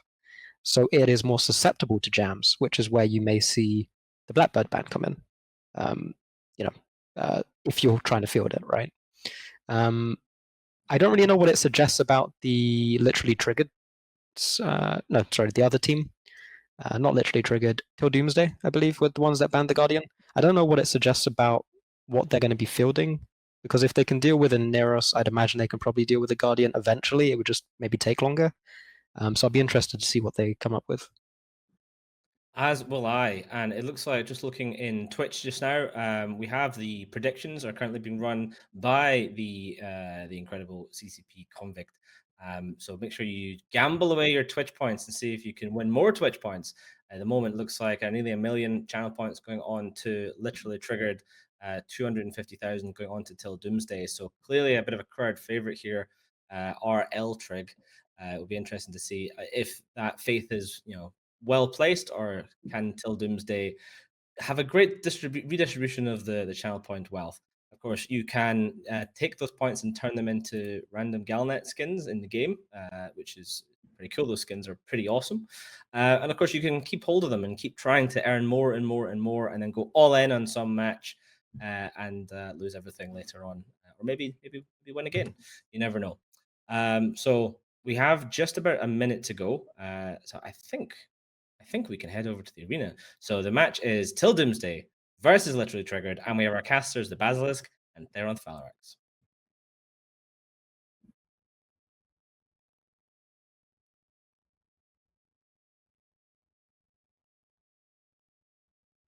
Hello, everybody. Welcome to the arena. I'm the Basilisk, joined by Theronth. We've got Literally Triggered here in this fairly standard, I think, from them, 2 armor battleship core. They seem to quite like this. Last year, I think they used a lot of the Tempest fleets, but this time they're going for Vindicator, Megathron Navy. So pretty heavy armor core. They're backed up with sort of assorted armor smaller than you tend to expect in this kind of 2 armor battleship setup. So Magus, Pontifex, Lynx, Hyena, Keres, Malam, Maulus. So just a lot of E-War support in the low end there. Interestingly, the Guardian ban, they opted to ban the Guardian, but they still brought an Augur. Is it like they were really worried that the Guardian would be fielded by the other team? But still bring the Armology, and we are off. The Vindicator is charging forward, while the Megatrons are also coming in. So both teams are setting up for a brawl. Yeah, immediately Telly Merlin and the Maulus gets absolutely blasted out of the arena. He's gone. Those Maulus stamps are not going to be happening, and the Keres of Healer is looking pretty soon to follow. The one thing I do want to be careful of for till Doomsday here is the Logi frigates, the Deacon that they've got. If he gets in range of the Vindicator, the Vindy webs can be absolutely devastating. So they are, in fact, deciding to just pump straight through the Vindy here with all the damage. While they still haven't taken any losses, just get that Vindy off the field, stop him applying those webs, and it will help to stabilize anything that's taking damage. And if he has the ability to swap to the Logi frigates to stabilize the Logi frigate as well. It is an interesting choice to go in with all those Prophecy Navies and Augur and the Absolution, as they all are sporting the long-range guns. This is what's killing those dumping ships on the end of Eltric. And now the Hyena is also taking damage, so he's not going to be long for this world at the moment they start tracking. At the same time, the Vindicator is taking damage, and he's bleeding structure right now. So I think after he dies, it will be really difficult to come back from this. Yeah, it's excuse me. It's he's just getting absolutely pumped right now. He's sat on top of the Megathron Navy, so those two are pumping each other, Elias and Lumahan. But of course, you've got the Absolution, you've got the Prophecy Navies, you've got the Augur Navies, and they're basically just stationary, parked up at their optimal range, just blasting into this Vindicator, and he is going into hull now. And as you say, with losing those webs and the DPS from the Vindicator, it's going to be a big loss for the team. And obviously, the Augur as well of Lax Boozer is going down, and the Deacon and Thalia are basically untouched. And I really doubt the ability of Literally Triggered to actually deal with the Deacon and Thalia at all without the Vindicator web. I mean, they've got webs on the Hyena, but it's still just not quite enough when you've got 2 battleships for your damage. Both the Logi and the Vindicator anchor of the team basically die at the same time. It's interesting to see that the Augur was actually trying to run away from Malediction and Confessor and slowing down and picking up speed, so there was definitely some capacity problems over there. Maybe it's just an Augur, it doesn't have much cap, and wrapping up takes a lot of it. They were going to lose the Crusader most likely over here on the Doomsday side, but I don't think this is going to matter anyway. Yeah, that's just a little bit of solo PvPing in the low end there, where you've got the Confessors out fighting each other. You've got a swarm of rep bots over there as well. It's just a little bit of sort of low end fighting, but ultimately it's not going to matter here because there's just not going to be any damage left from the top end of the Megathron Navy here. Geronimo is going to go down. They do lose the Megathron Navy, but the Eltric one is sure to follow in a couple of seconds now, as well as the Ponti. Well, you think they could have done anything better over here? I think they needed to get the Vindy onto the Logi frigates. I think if you leave the Logi frigates alive, it makes the match very, very difficult. I think having the Hyena webs to start it off, get that initial grab on one of the Logi frigates, and then roll the Vindy up, put the Vindy web on it, and then just blap it out of the sky. I think you need to do that at the start, because if you leave it until the match goes on and maybe your Vindy's chunked and you lose it, or it's not, you can't get onto the Logi frigates, it's tackled by something else, it just makes it a very, very difficult scenario to come back from. At the same time, they did have Armageddon, so I wonder if this Armageddon, how impactful it was on the Till Doomsday side, because both Augur and Navy and the Deacons and the Confessor, they can be basically alphaed by the heavy newt, and this is going to make the job of chasing and shooting. And as I say, that Megatron Navy on the L3 goes down. But this lone Armageddon, I wonder if it couldn't have been utilized in a way so that you can get rid of at least some DPS, so your Vindy has easier time tracking and you can actually put him to work. Because as you said, Baza, even the Hyena is not going to be enough to kill a Deacon. 1 MN or 10 MN enable that Mega Navy to track and really apply as DPS. The Vindy webs are something that you a unique thing that you cannot really replicate that way. Yeah, I saw a really interesting, not to get too maths nerdy like I did last night, but I saw a really interesting chart the other day that basically showed like the effects of different numbers of webs and how they stack upon each other. And it was something like 4 normal Tech 2 webs, so 60% webs on an unbonused hull. Something like that is the equivalent in terms of tracking bonus from 1 Vindy web. So Vindy webs are insanely powerful, and you need to stop those ships if you're going to try and kill the Deacon and Thalia. The other thing is the Mala here as well. I think we may have not seen the newts on the Mala used to its full potential. As you said with the Armageddon, you can alpha their cap, but they are going to have cap boosters to just boost it back up. But the Mala with the smaller medium newt cycle time is just, it's so oppressive if you can get it on one of the frigates. Unfortunately, Baza, this one has full rack of heavy pulses. So, oh yeah, that he's is not usually I would agree with you, but not in this case. The Mauler has actually taken over Vexor in a couple of years as a choice to Tech 1 Newt Cruiser, just because it's so tanky and has so much power grid. You can fit a full rack of mediums and don't even sweat it. The Armageddon is down for Electric side. The Hyena is sure to follow. So this is going to be a clean victory. Unfortunately, they've lost the Navy Mega themselves and the Crusader, but Team Doomsday are advancing for the bracket. Yeah, and I'm glad for this because I get points. That was a great ratio on that one. I think it was like 20% of Twitch points were on Till Doomsday, so I'm going to get 5-1 return on my 20,000 points there. Let's go. It's good to see that at least one of the alliances that live in the south that has been liberated from the oppressive grasp of the Fire Coalition a couple months ago is going to go into the main event. And the Mauler is down, and then we go for the Magus, and that's it pretty much.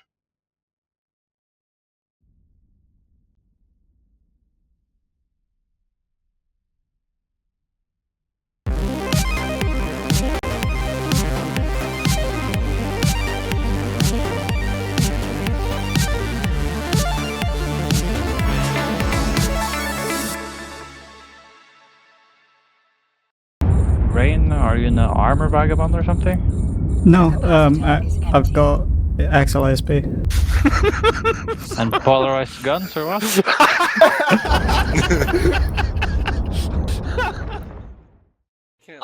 Hisec, you are one of 2 people that couldn't listen and couldn't check bookmarks and find your own way out. The route, the entire route was literally bookmarked out to Losec. I bookmarked it 10 minutes in advance! Guys, stop being casual. They're really bad. We should not lose anybody to this. Warp off. Warp off. Take the fleet warp. Everybody warp off. This is really, really bad execution. I'm very disappointed.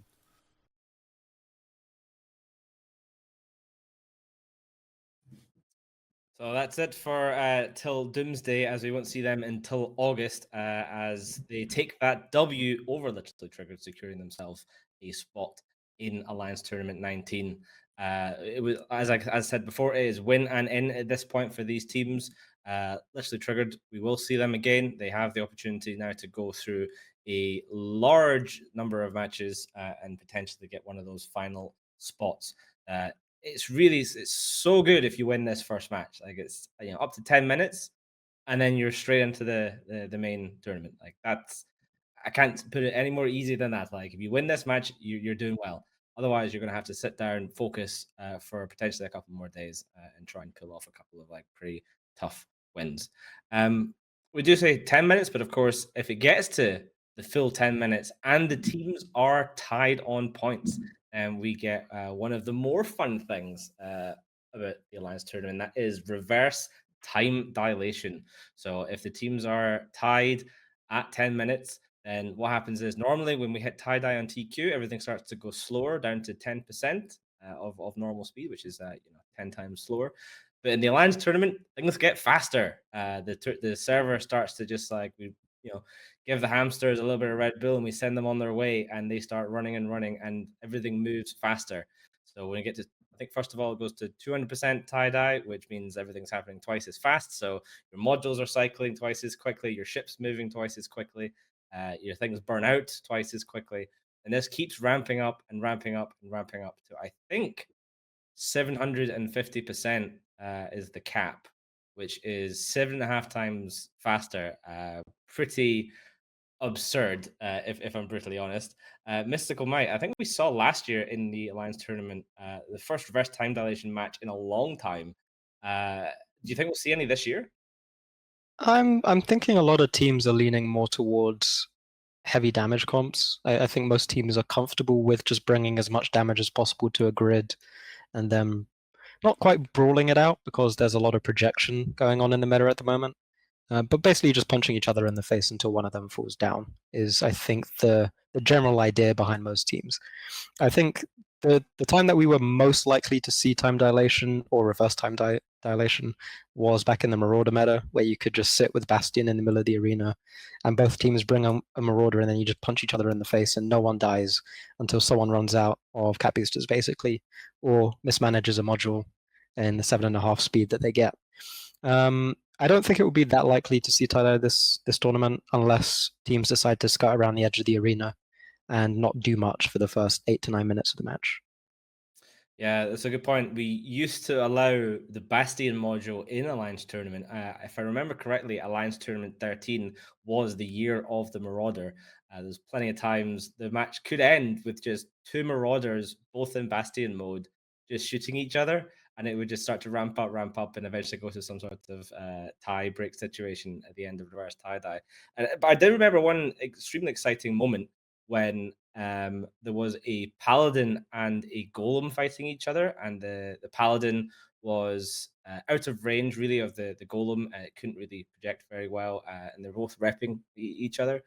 The Paladin comes out of Bastion mode, starts immediately eating shit quite hard, but he aligns towards the Golem, MJDs right on top of him, goes back into Bastion, reps himself back up, slaps these heavy newts on, and then starts to slowly demolish the Golem. It was a very exciting moment in what was essentially a lot of incredibly painfully boring matches. So we banned the Bastion module. Moderator, what do you think about that? Or is there still a space for Marauders without Bastion?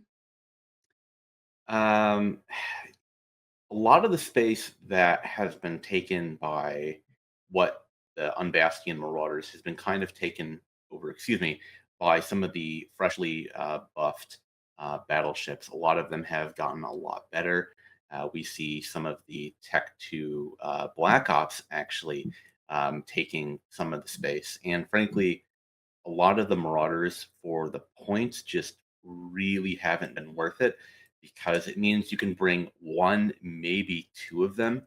You're dumping all your points into 2 ships. It can be very easily guidance or tracking disrupted.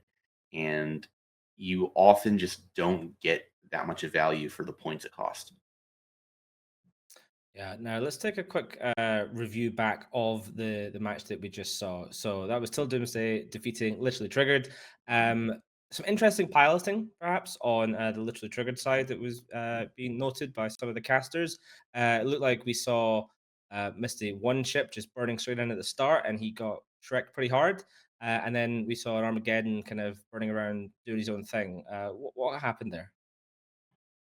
Well, it's hard to know exactly what happened in the minds of the pilots that we see on grid, but I would say that the Armageddon wasn't necessarily playing optimally. I think Bart pointed out in one of the back channels that the Armageddon was successfully neuting the battle cruisers on the non-literally triggered side, which was the Till Doomsday side. There we go. But managed to perhaps misposition himself. And then when I looked over at the Armageddon, he was putting all of his newts on the Logi frigate. So it wasn't exactly the most efficient use of his newts. He did eventually swap to an Absolution. So, you know, credit where credit is due. He got back to the job at hand. I think that the literally triggered side could have played better. They misplayed a lot. Considering the comp that they had. I think the Vindicator should have been put to use a lot more with pinning down some of the smaller ships and clearing some of the logistics frigates where possible when they got in range. But also they should have all just kind of stuck together. I think they got fairly spread out with the Augurer burning off into the sunset to follow Akeres and eventually out positioning himself. So the Vindicator fell quite low before he got back into range. Yeah, it's because sometimes it's super easy to almost like target fixate. Like you see your buddy going down and you burn after them, and then you just end up in the wrong position. And then, you know, when everybody swaps back onto, you know, perhaps say the Vindicator, you're going to have to turn around, burn back in, and potentially, you know, overshoot that way and get yourself in a spot of bother. But, you know, that's just something that comes from experience. Now, I wanted to talk a little bit about one of the changes from Alliance Tournament previously to this year, Alliance Tournament 19, and that is the removal of direct entry buy-ins. So previously in Alliance Tournament, there was a number of direct invites, which usually went to captains. This year also they went to teams directly. So Truth on a Light, Odin's Call, Volta, and Tuskers all got direct invites by coming top 4 last year. The remaining 28 slots, previously we would have perhaps had say 16 direct buy-ins through a silent Plex auction where you would submit a blind bid of how many Plex you wanted to pay to get into those slots. And if you were one of the top 16 rich people, then you would get in. You would just go straight into the main tournament and everyone was very happy. If you didn't, or you didn't want to do that, then you could come in through the feeders. This year, you can no longer do that. Flexing the Plex is off the table. You have to come in through this route.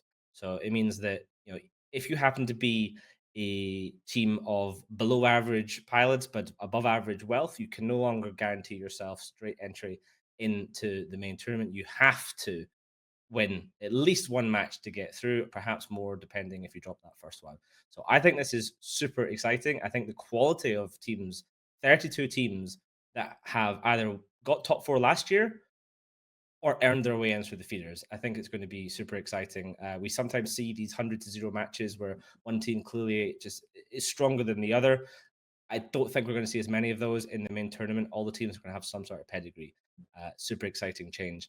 Another cool change is that previously you would get 10 skins if you won a match in the main tournament. This year, you get 10 skins if you win a match in the main tournament and if you win a match in the feeders. So even if you go out having lost in the feeders, but you've won at least one match, you will still go home with a couple of these awesome Alliance Tournament victory skins. This year, of course, we are sponsored by the Gallente Federation. Take a look at these. They are gold. They are glorious. Mystical Might. Wow. What do you think of these skins? I mean, I am sad that I won't be receiving any this year necessarily from any teams because I'm not on any teams this year, but I think these are probably some of the better skins that we've seen come out of the Alliance Tournament. I'm thinking, you know, contrasting this against the Sancha skins that we got where you could barely tell that there was a Sancha skin on it, but you paid 10 bill for the skin package. I think this one is going to be fairly clear that you're rocking a tournament skin, and it also applies to a wider range of ships, which I think is really cool. So definitely something that I hope people will look at perhaps investing in, because it applies to a lot of the Navy ships, not just the mainline ships that, you know, the 2 battleships and frigates that they usually do, or historically did rather. These skins will be a nice little cash injection for teams that manage to get them. You know, 10 of these, they could be worth a good couple of billion each. So if you win a match, you know, your team could go home with between 20 and 30 billion, depending, sometimes more, sometimes less. Less on the occasion of Alliance Tournament 13 when we won skins. It was the first year I think that happened. Team I was in, our captain Nash Cadaver, instead of listing them for 6 billion a pop, he accidentally listed them for 600 million a pop, and all 10 sold immediately. So that was fun. So, you know, if you do win some of these skins, make sure when you list those market orders to get your risk, you check where that decimal point is super important. Get the right number of zeros.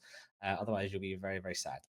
All right, let's look forward to our next match, which is only a couple of minutes away, and go straight to looking at the bands. So we're going to see Invidia Gloriae comes versus White Squall. So IGC banning out Leshak and Curse, White Squall banning out Nighthawk and Barguest. Mystical Mike, what do you think about these bans? So, I think the Leshak ban is interesting, especially when paired with the Curse ban. I think that the Leshak is something that we've seen a fair bit, and I think it's also a ship that, dare I say, some of the weaker teams will lean on because it does a lot of damage in 2 ships if you bring 2 of them and you can build a core around them. I don't know whether it's necessarily ban worthy because I think that it is fairly easy to deal with a Leshak just by bringing some of that utility like tracking disruptors and neutralizers, maybe even ECM or ECM drones to break Spool. I do think it's interesting to see the Nighthawk and the Barguest ban. It seems like they are looking to prevent some of the high range damage bursts that you may get with a Barguest comp. I would say that it's fairly replaceable with other ships, to be honest. I don't think it offers much in the way of utility outside of a flagship Barguest, because you're not able to fit the officer tackle on it to get that super long range scram in this format. But it still does have like a 19 or 20k scram with, I think, Tech 2, Lynx, and Heat. So it may still be fairly useful at screening for itself. And the Nighthawk is just the standard anti-DPS ban, basically, because it fills the same role as the Sleipnir does, but it does it a little bit better with higher damage and a better tank. Awesome, thank you. Now it's time to head over to the arena for this match between Invidia, Gloriae comes, and White Squall. And I'm looking at what's on grid, and this should be an interesting one. So let's head straight over to the arena with Mark Resurrectus and Fear Vina.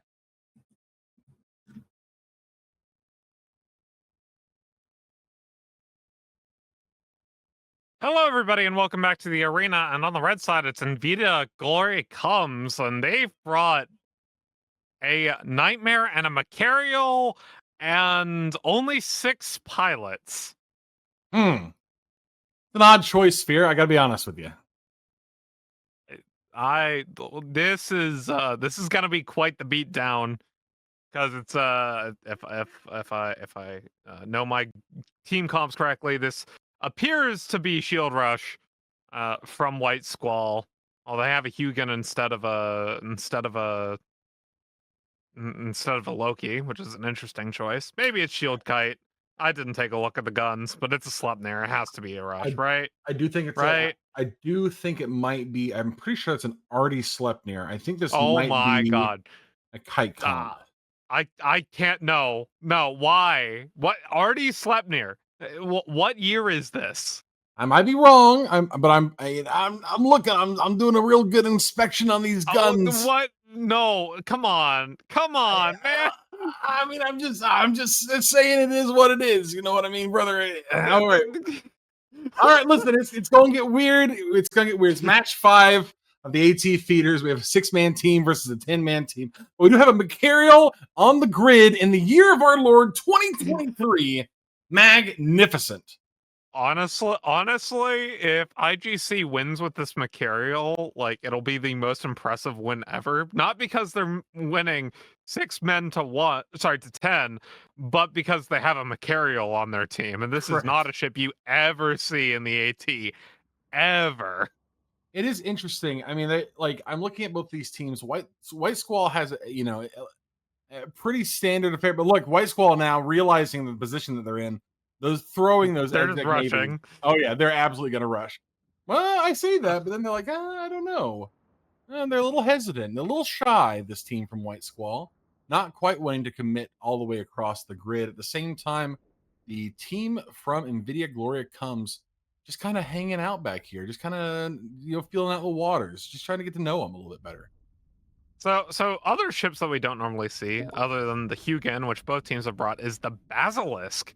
Solo Basilisk in the AT. What is this? Yeah, very strange choice, very interesting choice, but so is bringing 6 pilots and a Macarial. So, listen, this is like jazz, baby. It's all about the song, all about the notes you don't play. You know what I mean?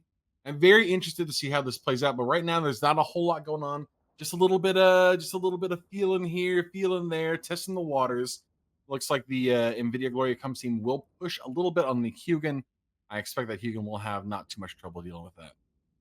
Yeah, there was a little bit of Hugin on Hugin web action. Now there's some Hugin on Hugin paint action. Well, actually, there's a Hugin on Stork, but either way. Oh no, this the nightmare! is interesting. The nightmare! Way too far forward. What are you doing, my man? No.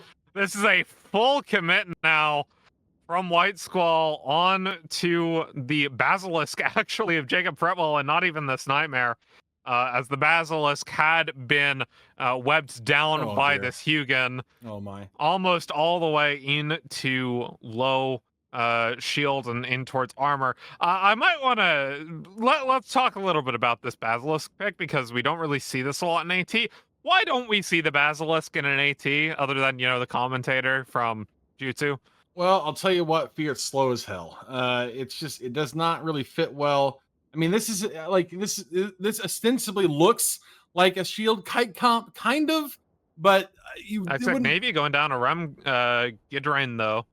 Yeah, I mean, if you trade an Exec Navy for the only one of 6 ships, which happens to be their Logi, I say it's a pretty decent trade. Yeah, another onto Jack Oldman and the Hugin. So working low end up from White Squall, but all these ships are worth a lot of points. There are a lot of Tech 2 ships. Now they're onto the Stork after the Hugin absolutely melts. Rem Gidreen is still alive, and down goes the Stork. So no one has died from White Squall quite yet. And they now have a Claymore, a Nightmare, and I still can't believe it, a Macarial from IGC, but it is melting right now under these medium guns. Yeah. And large guns from the Tornado. Sometimes you just go into these things and you're really just there to have a good time. You know what I mean? And this Nightmare of Juan Matus is having a good time. He's mixing it up. He's jiving. He's having, he's living his best life. Right in the middle of their fleet, he was going after the Exec Navy of Rim Gidreen for a second, but at the same time, his good friend Alex Cardan not having as good a time. Very sad situation back there. Will die quickly because he has no Logi. And also he's in Macarial. As a fairly tanky ship, as like a fleet ship, or even as like a small gang, like you can go with like AC Max, zoom past people because you're really fast. Yeah, it's kind of fun. Tournament setups though, we'd never see the Macarial, just because of the pirate battleships, it has the worst bonuses for AT. Typically, if you pick a pirate battleship in AT, you need a utility bonus to actually make it worthwhile. That's why we see the Vindicator. That's why in years past we've seen the Rattlesnake and the Balgorn, right? Nightmare absolutely getting melted right now. That's another one we don't see a whole lot of, but we see more often just because it has the tracking bonus. Yeah. But either way, this Exec Navy will stay alive just barely. Maybe if the Claymore gets on top of him, he'll go down, but it doesn't look like it. Also, shield Exec Navies. This is something we saw a little bit. Yeah. This is something we saw a little bit in the last tournament, but is not something you typically associate with that ship as this Claymore is about to go down. It's going to be a perfect 100-0 for White Squall as soon as the Claymore falls, and probably the weirdest matchup of AT I have ever commentated. Yeah, very strange situation. I'm sure that our broadcast team back in the booth is absolutely in a dead panic, because I'm sure half of them are still in the bathroom, not expecting that one to go about 3 minutes long. But you know what? It's 18-19. Things are going to get weird. We headed back to the desk. Thank you so much. We'll see you at the next one. Guys, stop being casual. They're really bad. We should not lose anybody to this. Warp off. Warp off. Take the fleet warp. Everybody warp off. This is really, really bad execution. I'm very disappointed. Another great haul back from Amar. Damn, I'm thirsty. That hits the spot.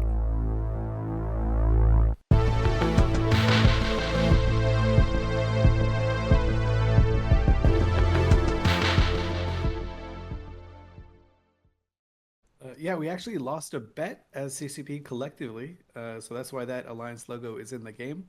Of course, you could change your alliance by leaving, but that would be kind of a jerk move. Oh, you don't like it? Just leave. This logo sucks. I'm gonna go join.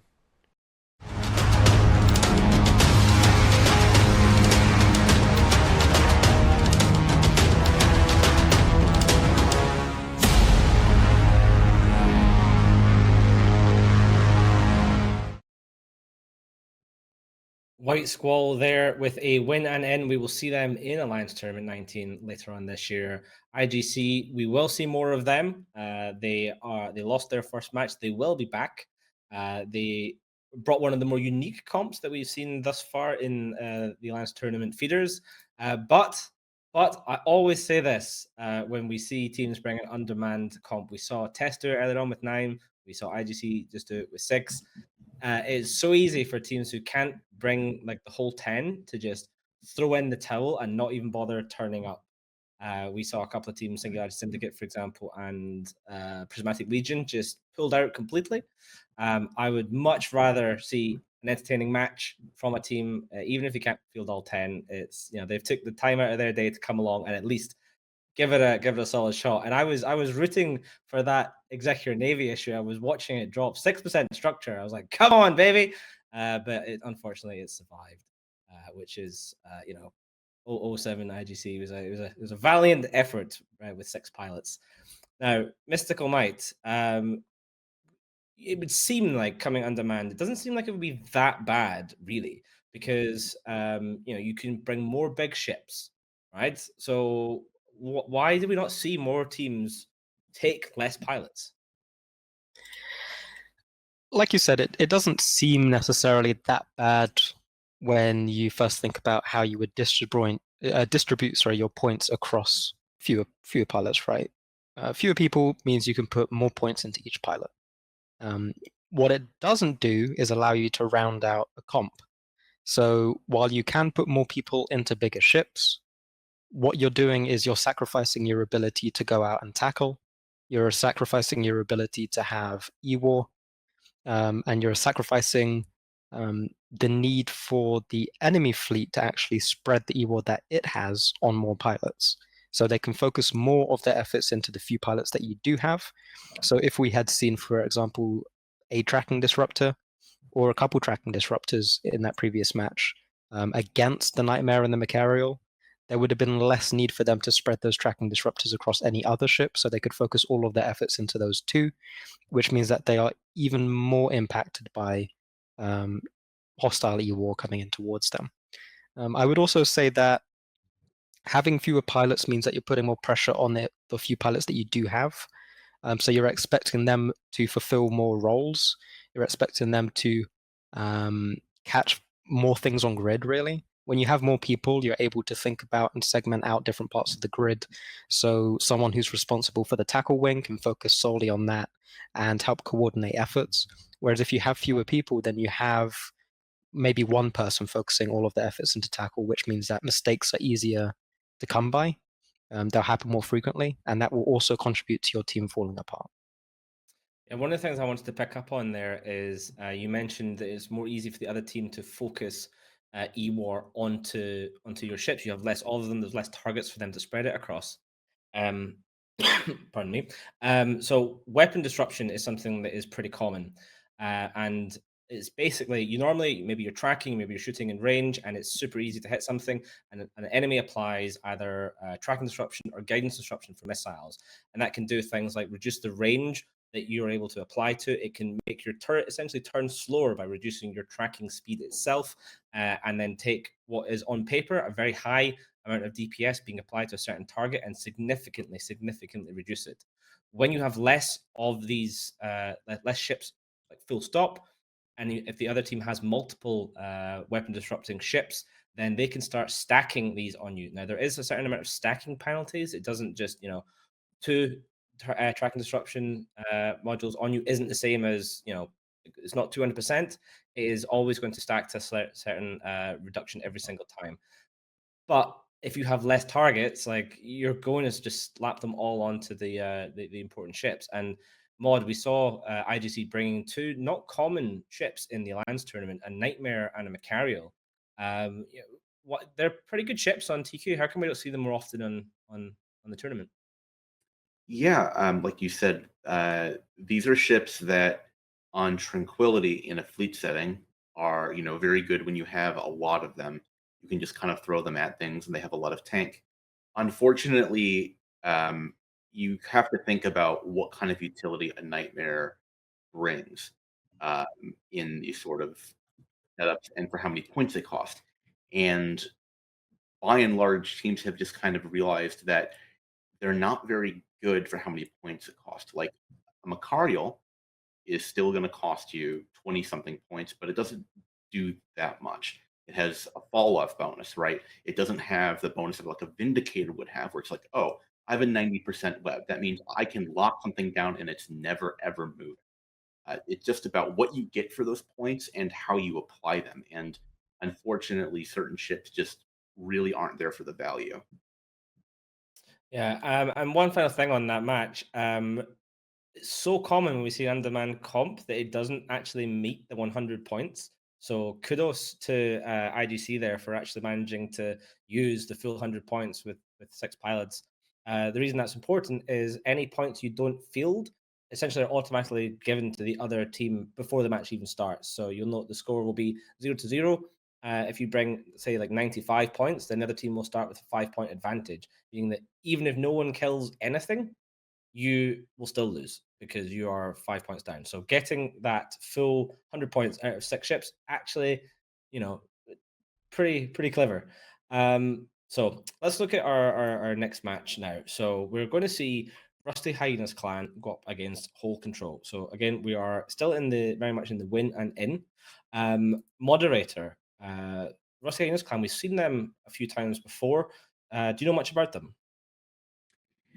I would have to recall, I believe that they made it actually through feeders last year into the main event, and they managed to lose to Templis CALSF after fighting their Minotaur brethren in Electus Natari, and then they got knocked out by Rote Capel. So they have made top 24 in the past, but they've struggled against what is a very unfortunate draft in the years past. But on the whole, you know, if you were strong enough to get out of last year's feeder, there's a pretty good chance that you will be able to do the same this time. Yeah, I have recollections as well of Rusty Hyenas clan doing pretty solid in some of the smaller player run tournaments, things like the Anga Games, the Event series. I'm sure they were around back then as well. And they're going up against Whole Control, one of the wormhole groups. Mystical Might, tell us a little bit about Whole Control. Yep, they are definitely one of the wormhole groups. So I decided to ask Mark a few questions as the CSM member for Wormholers. I wanted to get his feedback on Whole Control and their chances in the tournament, really, to better understand who I'm going to put my points on. In the tier list show that we had, I believe that they were ranked. Sorry, you can't see it, but Mark is spamming no continuously.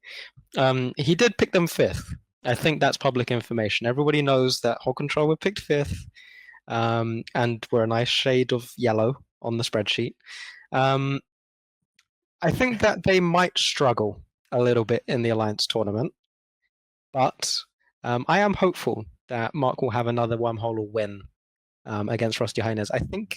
I mean, either way, a wormholer team wins, right? Because Rusty Hyenas are also wormholers, so he really can't lose. Awesome, thank you for that insightful analysis, courtesy of Mark Resurrectus, Wormhole CSM candidate. Let's take a look at the bans now for this matchup between Rusty Hyenas clan and Whole Control.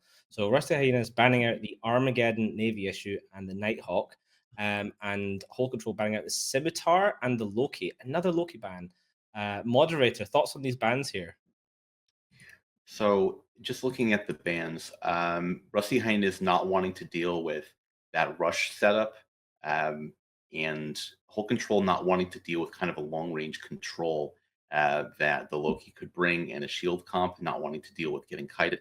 And Armageddon Navy issue is not a bad ban if you just don't want to deal with a lot of the heavy brawling setups. They've been buffed in the last couple years, and they're very good for the points that they bring. Awesome. And Misty, any further thoughts here on these bans? I mean, again, the Nighthawk one I think is pretty standard at this point. The Armageddon Navy one is fairly interesting. I don't think it's necessarily the strongest battleship that you can go up against. I think that you'd maybe value some other ships more with your banning strategy. I don't think the Armageddon Navy does anything that cannot be replaced by another battleship, is what I'm trying to say. So it's a curious choice. I do wonder if this feeds into perhaps some of the practices that they've done and is merely a reflection of some of the ships that they have had issues against, and less, a thought about what their opponent might actually bring in this matchup. Yeah, so certainly will be interesting to see how this matchup goes. Win and in for Rusty Clan or Hole Control. Let's have a look at what Twitch chat is thinking. So Hole Control is currently the favorites, but honestly, not by that much. It's only maybe like a couple 100,000 votes more, 770,000 to 520. It's certainly one of the closer ones we've had today. So if this is one of your teams, put your money where your mouth is and pop those points on those teams, and you can win some pretty cool prizes. I'm just looking at what's landing on field now. I think we are in for an interesting matchup. Moderator, I'm going to come to you for some predictions here in this match. Man, I really am afraid to predict anything. It's going to be an absolutely wild match, but I hope it's not Hole Control, just so that Mark Resurrectus has to suffer more. And Mr. Gomai, do you share that same Schadenfreude, or are you going for a more intellectual decision here? Yeah, I'm going to lean towards Hole Control for now. I expect Hole Control will win, but I'm hoping that they don't, so I can leak all of the logs that Marcus sent me about Hole Control afterwards. Okay, so it's time to find out. So let's head off to the arena for Rusty Hyenas Clan versus Hole Control with the casters, the Basilisk, and Theronth Valorites.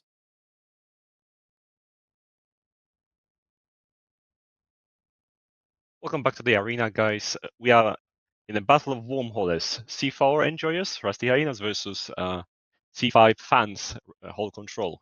And we've got two interesting comps over here. Baza, would you care to walk us through them?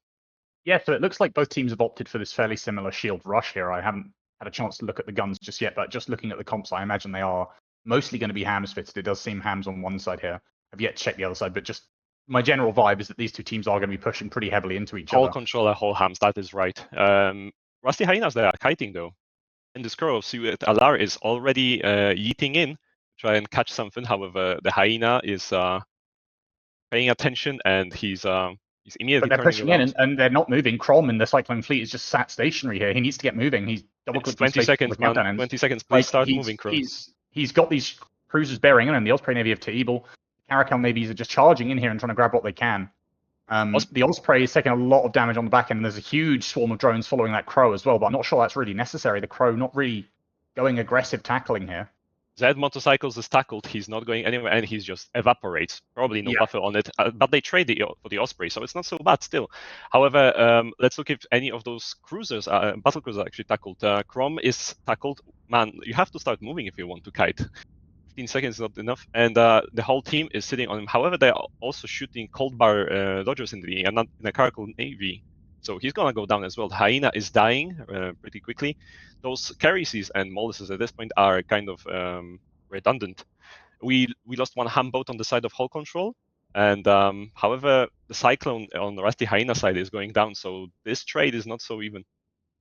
Yeah, I think from this point on, obviously, when both lodges are dead, it's just going to devolve into a DPS race, and both teams are just going to be trying to call the right primaries, make sure they can clear as much DPS as possible, and win that race. At the moment, I think Hole Control might be winning it, of course. This year, their roster is bolstered by the numbers of Teebel, one obviously a very experienced pilot coming from the Tuskers, instead joining Hole Control this year. And from my experience scrimming, like my own experience with Hidden Leaf Village this year, having someone on the team, because we've picked up Viri and Stoneshard, Spectre Fleet FC, having someone on the team who's been through a tournament cycle, who has committed themselves heavily to it before, can be really, really big asset for a team to pick up. So hopefully that Teebel can have a big impact going forward for Hole Control. And it seems like they are on the upper foot in this match. Obviously, he is going to have experience in these tense situations. Maybe if someone says, we need to shoot something that he thinks is the wrong target, maybe he can step in and say, actually, in this situation, it should be something else. Maybe, he's actually just a line member and he's not calling anything at all. Who can possibly know? But for the moment, they do seem to be pretty on target with their target calling, taking out the fleet cyclones, as those things absolutely pump damage.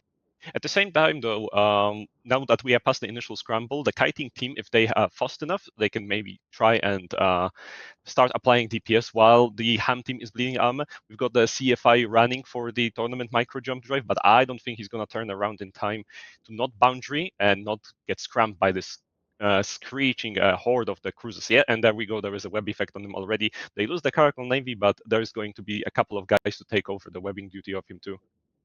Cyclone Fleet is burning. He's 100 kilometers from the arena center, so he's getting a bit close to the arena. I think he might have broken. He's not free of webbed that anymore. web just. Yep. But obviously he needs to turn. He's going up, so I don't think he's going straight out of the arena. He has managed to escape, and as you say, this kiting comp, if they can get away at the moment, it does seem like the Drakes and Drake Navies are just suffering from a lack of speed here. Obviously, the Orthrus faster, Osprey Navy very, very quick, Cyclone Fleet very quick. So it's actually proving to be quite difficult for these hand Drakes to get on top of anything, and Carab is slowly going down here. I would not also put the drones on the Molus at this point, honestly. It's a kind of a waste of a DPS. You can try to bleed through the shields of Cyclones or the Orphers or anything really. This is like 100 DPS per flight. So it's when you add up 6 ships, it's not nothing. The Drake Navy of Carib is going down slowly but surely, so Hull Control is going to lose 1 Drake. However, Cyclone is again webbed, I think. I don't see the web effect again, so is he breaking free? There's only a NOS effect on him. Maybe Yeah, they and lost I the web. think the capacitor at this point can be difficult for some of these cruisers, the Osprey Navy and Caracal Navy in particular, when you burn around so long with the micro warp drive on as they have been doing, trying to chase these guys. You can end up pretty starved on cap here. And then obviously in a ham boat, when you've only got like 20 kilometers, 30 kilometers range, it can be very difficult to actually do much of anything if you don't stop in a reasonable position. Nessat does seem to be going down through shields here, but they're trading for the Osprey Navy. If Takabil dies, maybe he here. can go. Maybe he can go if Takabil dies, because Takabil is only holding the web using his Gnosis, right? But after that, there is nothing else. There is another Drake trying to box in the Cyclone, but I don't know if he will be in time. Those drones now, they might finish off the Cyclone, even if he tries to burn away. He's picking up speed. I'm not sure if it's going to be fast enough, though. Yeah, I Having think maybe said that, 15 more seconds, he could have had enough residual health here to get away, but have a look at the yeah, Cyclone. the Cyclone's not holding him. The Cyclone's taking absolutely chunks here. He's just getting melted through. Cyclone Fleet goes into Hull. Cyclone is still boosting with his XLASB, but he's getting absolutely melted into armor. I'm not sure who's going to die first, but it's going to be 2 Drakes against a Drake Navy and an Orthrus. Still very close. However, Rusty Hyenas, they do have the advantage, even though they have less EHP and less points. As you mentioned, the cap on Caracal Navy is probably spent at this time. The Drake, regular Attack 1 Drake and Drake Navy issue are also chasing the entire kiting team. If they don't opt to use an MJD beacon, they might have really hard time chasing an Orpheus, Osprey Navy that they can just stop burning at some point when they're in comfortable range, and then just keep regening. Yeah, and the Cyclone Fleet is somehow still living. It's only drawn DPS on him. So he's trying his hardest, but he is going to be the swarm of blue drones slowly finishing him off. The Acolytes do take him down. So now we're into this 3v3 situation, but I think the Rusty Hyenas team, they are in a better position here. They have a little bit of range, and as we said, the capacitor is probably pretty empty. The Drake and the Drake Navy issue are quite slow. The Orthrus and Osprey Navy issue are going to be very difficult to catch here. We still have 4 minutes, so if they keep on running, then and regening cap utilizing MJD beacons, they might be able to just kite them forever. The Caracal Navy already lower than half a shield. It's an interesting situation actually, because it seems like Hull Control they banned Loki, and seeing the Nighthawk banned as well, they were like, cool bans, bro. I'm gonna look at this stuff though, and I brought the Ham Rush anyways. However, they just didn't manage to secure enough targets quickly enough to like just pin them down and then stop pounding on them. Yeah, so I think now really, they have lost the really Caracal. suffered from how slow the Drake and the Drake Navy issue are compared to the Cyclone Fleet. I think that Cyclone Fleet of what was the name, Raysat, was able to buy so much time burning away, and it took so long for them all to get on top of him. And by the time they were over there, of course, they're all out of cap, and they need to burn the other way to deal with what's left on the Rusty Hyenas team, who is, of course, fighting away the other side of the arena. So I think both teams, they did correct choice by utilizing 4 cruiser slots to abuse maximum amount of EHP and DPS per slot. Navy cruisers are very point efficient. So I think like if you are trying to kite or ham, this is the optimal way to build a comp.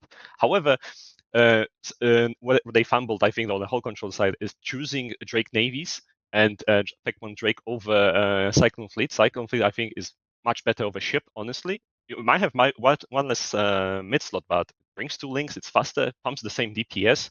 So I don't know if they'll have played anything that it would have been easier for them to control and secure targets for ham pounding, but it's there.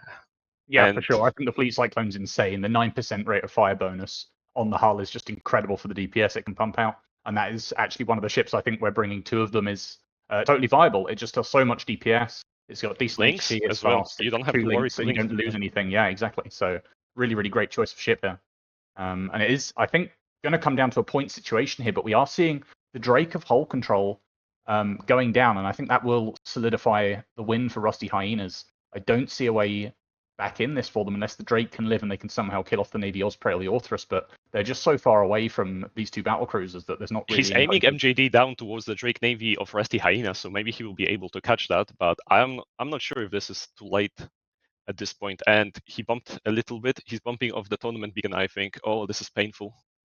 Yeah, they are. Both these Drakes are sat on MJD beacons on opposite corners of the arena, as we can see here, but I mean, the Rusty Hyenas clan team are choosing to burn in towards Humpacostaja on one of these beacons, and maybe he's going to MJD somewhere, but offensively, it doesn't seem like there's many options for him here.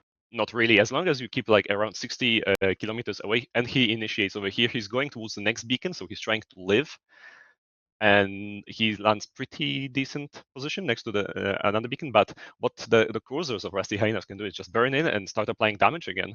So there isn't really anything that he can do to help him team delay the defeat. I think it's sealed at this point, Baza. Yeah, and we also see these swarm of bots following over as well. Very annoying to deal with. Drone control range can always be, a pesky mechanic. Sometimes, drones, they're supposed to stop shooting at 60 kilometers, and then you burn off, and they keep following you, and they keep following you, and they keep following you, and you're 120 kilometers away from the nearest ship, and they keep following you, and you just can't stop them, and they're slowly killing you, and there is nothing you can really do about it. And I don't think it's going to be enough to kill off Humpacostaja, but we've got only 30 seconds. Drone mechanics are great. The drones, like even the swarm of acolytes and infiltrators that was following that Cyclone fleet, he was so fast, and due to the drone mechanics, they were not always shooting. So they were shooting, resetting, catching up, shooting, resetting, catching up, and yeah, it's really funky. The drones, if you are not using like a drone bonus ship, but at the same time, I don't think they should have put them on him earlier. Maybe he would have died faster instead of killing Moluses that are pretty much meaningless. Alpa Custodia dies though, so. Yeah, and in the end, it is a points victory for Rusty Hyenas clan, 84-69, but a very close match up there, and 2 very similar comps. So it's interesting to see those 2 teams, slightly different takes on it, their ideas on how they think it should be executed, and Rusty Hyenas coming out on top of the Fleet Cyclones here. So let's send it back to the desk for a bit more analysis on that one.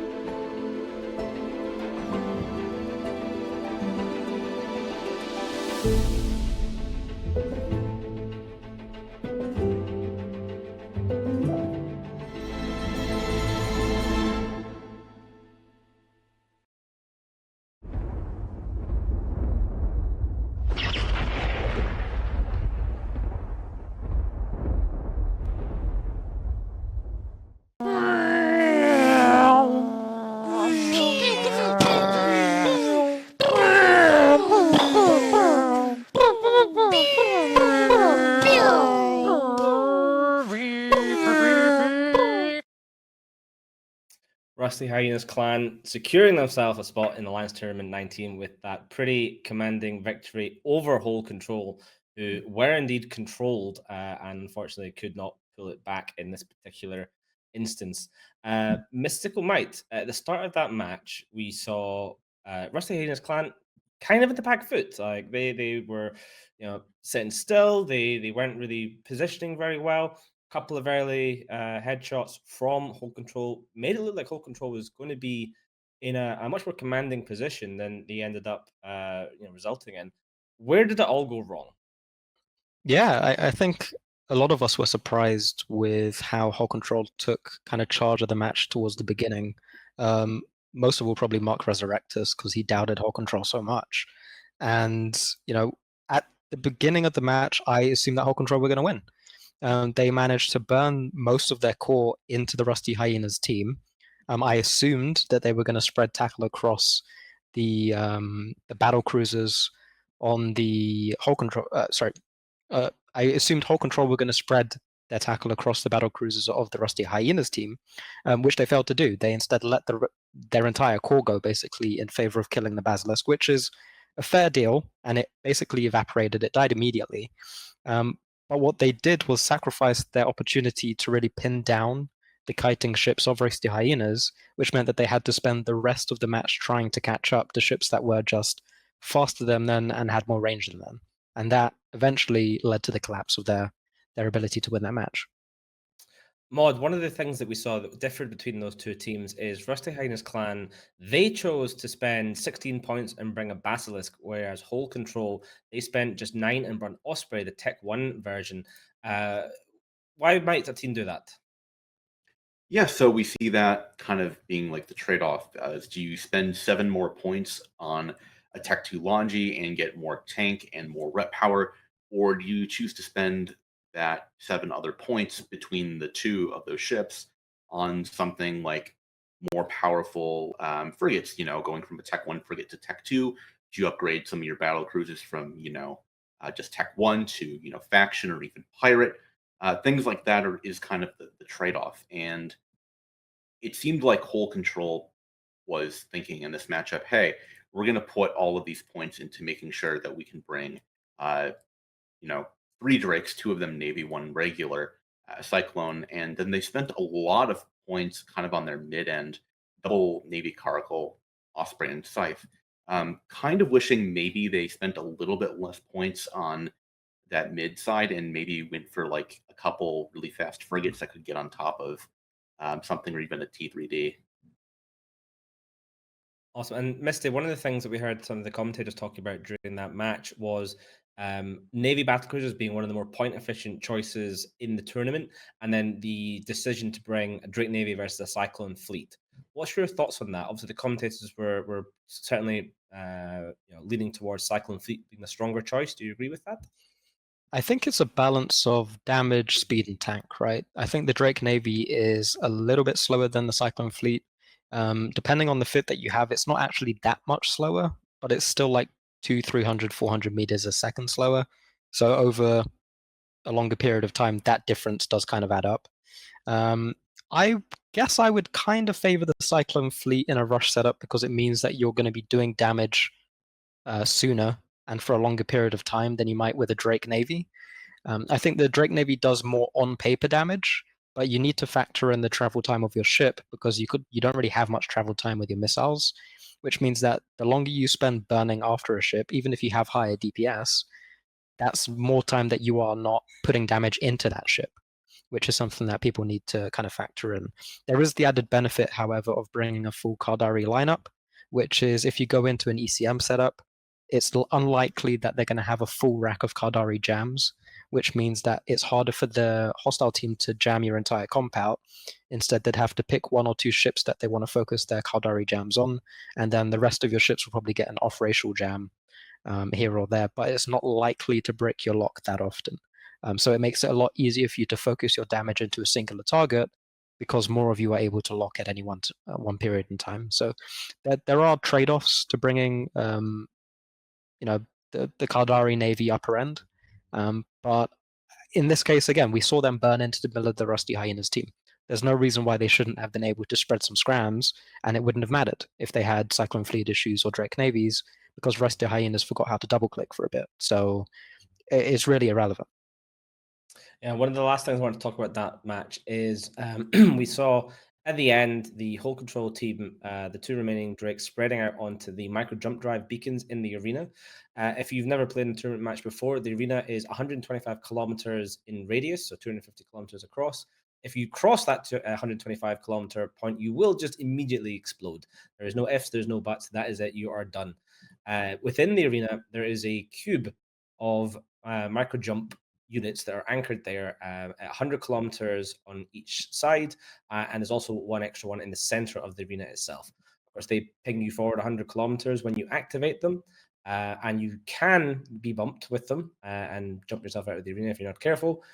Also worth noting, we don't actually allow teams to bring the Command Destroyer Micro Jump Field Generator, because as much as it would be giga hilarious for someone to manage to MJD Bush the entire enemy team out of the arena, or conversely, whiff and just jump themselves out of the arena with no one, it would also be just probably a little bit too chaotic. So you can bring your own local micro jump drives, fit onto ships that can support them, usually battleships and battle cruisers, or you can use those beacons. So sometimes we see teams spread out onto the beacons when they've lost their logi, but they're up on points and they just need to not die. They'll spread out and then jump themselves around the arena, trying as long as possible to prolong everything. All right, we have one match before we go for a short break, and this one should be interesting. It's Hisec Miners versus Templis CALSF, and the bans for Hisec Miners are Balgorn and Blackbird, and they're going up against Templis CALSF, banning out the Leshak and the Barghest. Moderator, Barghest ban, Leshak ban. Thoughts here? Yeah, so Barghest has been a classic ban, not wanting to deal with kind of the utility scrim it brings. It has that bonus to that range. Barghest, very powerful, rapid, heavy missile ship. Leshak, not quite sure why that's banned. Maybe something they've seen in scrims. Whereas Balgorn and Blackbird is just very common standard bans we're going to see throughout the prelims here. Awesome. Well, let's see if these bans work out for Templis CALSF, or if Hisec Miners will be the ones that are victorious, as we head over to the arena with the casters Mark Resurrectus and Fearviner.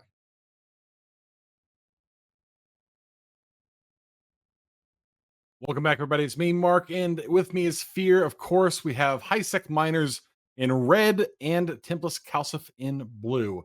We have from the Hisec Miners team Double Absolution Astarte, Og, Dual Exec Navy, then Omen, Navy issue Kitsune Kiris, and Jackdaw. A bit of another one of these strong armor comps we've seen so much of recently.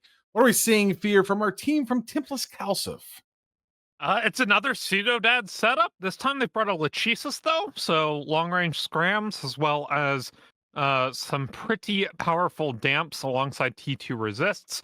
But otherwise, it's still 4 medium long-range guns, battle cruisers, and then they have an AUG for Logi, with an AUG Navy and a Lachesis. So plenty of damage from both of these teams. You also see this Exec Navy coming in from CALSF, but they've also got quite a bit of control from both setups, with the Lachesis on one side and the Kitsune on the other, and immediately the Kitsune gets absolutely destroyed by Templis CALSF. Yeah, you got to get that transversal up, Fear. Yeah, a lot of long-range weapons on both these teams. Those absolutions, both those absolutions do have beams. The Jackdaw of Thalva's Bucket Badger also getting just smoked right out the gate. And for no trade, I mean, they pushed the Punisher into half armor. The Hisec Miners, and now they're onto the GOG. Oh man, this is rough. That's a lot of damage being applied so quickly, and no response yet from the team from Hisec Miners. They have to have some way to respond to this. I'm not sure what's going on here. They're going for the Harby of Auroric. Well, right now, I think what's interesting is there's a bit of a damp war going on, but CALSF are winning it pretty heavily. This Carries has done absolutely nothing, while this Lachesis is full damps on the mid slots, no scrams whatsoever. And we take a look, 1, 2, 3, 4, 5 ships damped out by this Lachesis with no other damp ships on their team. It's just impossible for Hisec Miners to do anything. Jesus. They lose their Omen Navy issue. Their Carries is also going down pretty quickly as well. And even though they're getting damage on this Harbinger, he's got an AUG, probably the best T1 cruiser Logi in the game, to keep him up right now. And meanwhile, Templis CALSF, they're just working bottom up. They're on to the first ENI of Lolar Waffles. Yeah, that Lachesis is absolutely brutal against these kind of comps that need to be able to, sort you out from range. Without being able to lock up, you're going to have to dive, and none of these comps are designed to dive. Lawler Waffles in the Exec Navy now breaks. It's staggering how much damage they're getting out of there. I mean, a lot of damage from the team from Templis CALSF, but it doesn't seem out of the ordinary, but we're still seeing ships just getting almost nearly volleyed through the majority of their armor. And again, here now the second Exec Navy taking a lot of damage as these absolutions are absolutely burning for their life, trying to find some way to get away from this damage, but it's just too much. Yeah, it's just way, way, way too much damage now for Hisec miners to deal with, especially without any sort of logi. And while they're all damped out, and the more ships die, the more damps you can put on everyone else. This is really the power of the Lachesis versus the Celestis. Even though Celestis has better, quote unquote, better damps at longer ranges, the Lachesis is just such a powerful ship. Not one we see a whole lot of just because of the amount of points it takes. But we can see this is the impact of a single E-War ship with 5 damps on it. 5 damps on this Lachesis. It's just impossible for Hisec miners to do anything. Really well played from Templis, but I can't help but feel like they won this in draft. Yeah, Templis CALSF needs to be taking Devin Pinkin out to a bar tonight and making sure he does not pay for a single drink, because that one ship, not to discredit any of the work done by any of the rest of their team, I'm sure they're all great pilots, but that one ship being able to put such oppressive lock range newts on, or lock range nerfs rather, across the entire Hisec miners team. It didn't matter, any kind of range comp was not going to work. They would have had to have dived early. They didn't respond to it, and now we see the last Astart go down, and that will do it. We're going to take a quick break. We go back now to the desk. I don't actually know if we're going to the desk. We might go back to a commercial. Who knows? Either way, we'll see you back next time for the next match in today's feeder tournament. Pew, pew, pew, pew. Pew, pew, pew. I buried the pot. Farmer's Bar could be anywhere.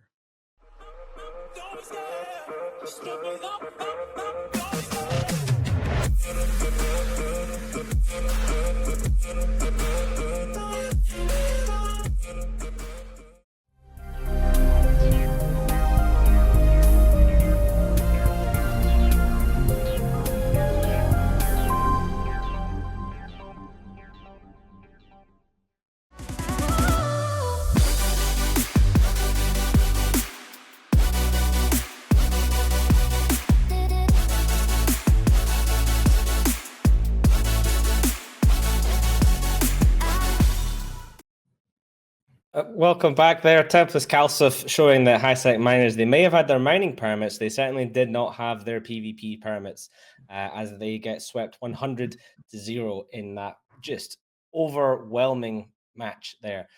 Pretty solid performance from Templis CALSF. Lots of control. Mystical Might, that Lachesis there, just damping everybody out. As we look at the mechanics for damping, tell us just what happened there for Hisec miners. Yeah, absolutely. So Hisec miners actually brought a fairly good comp to the grid. I actually expected Hisec miners to be able to win that match.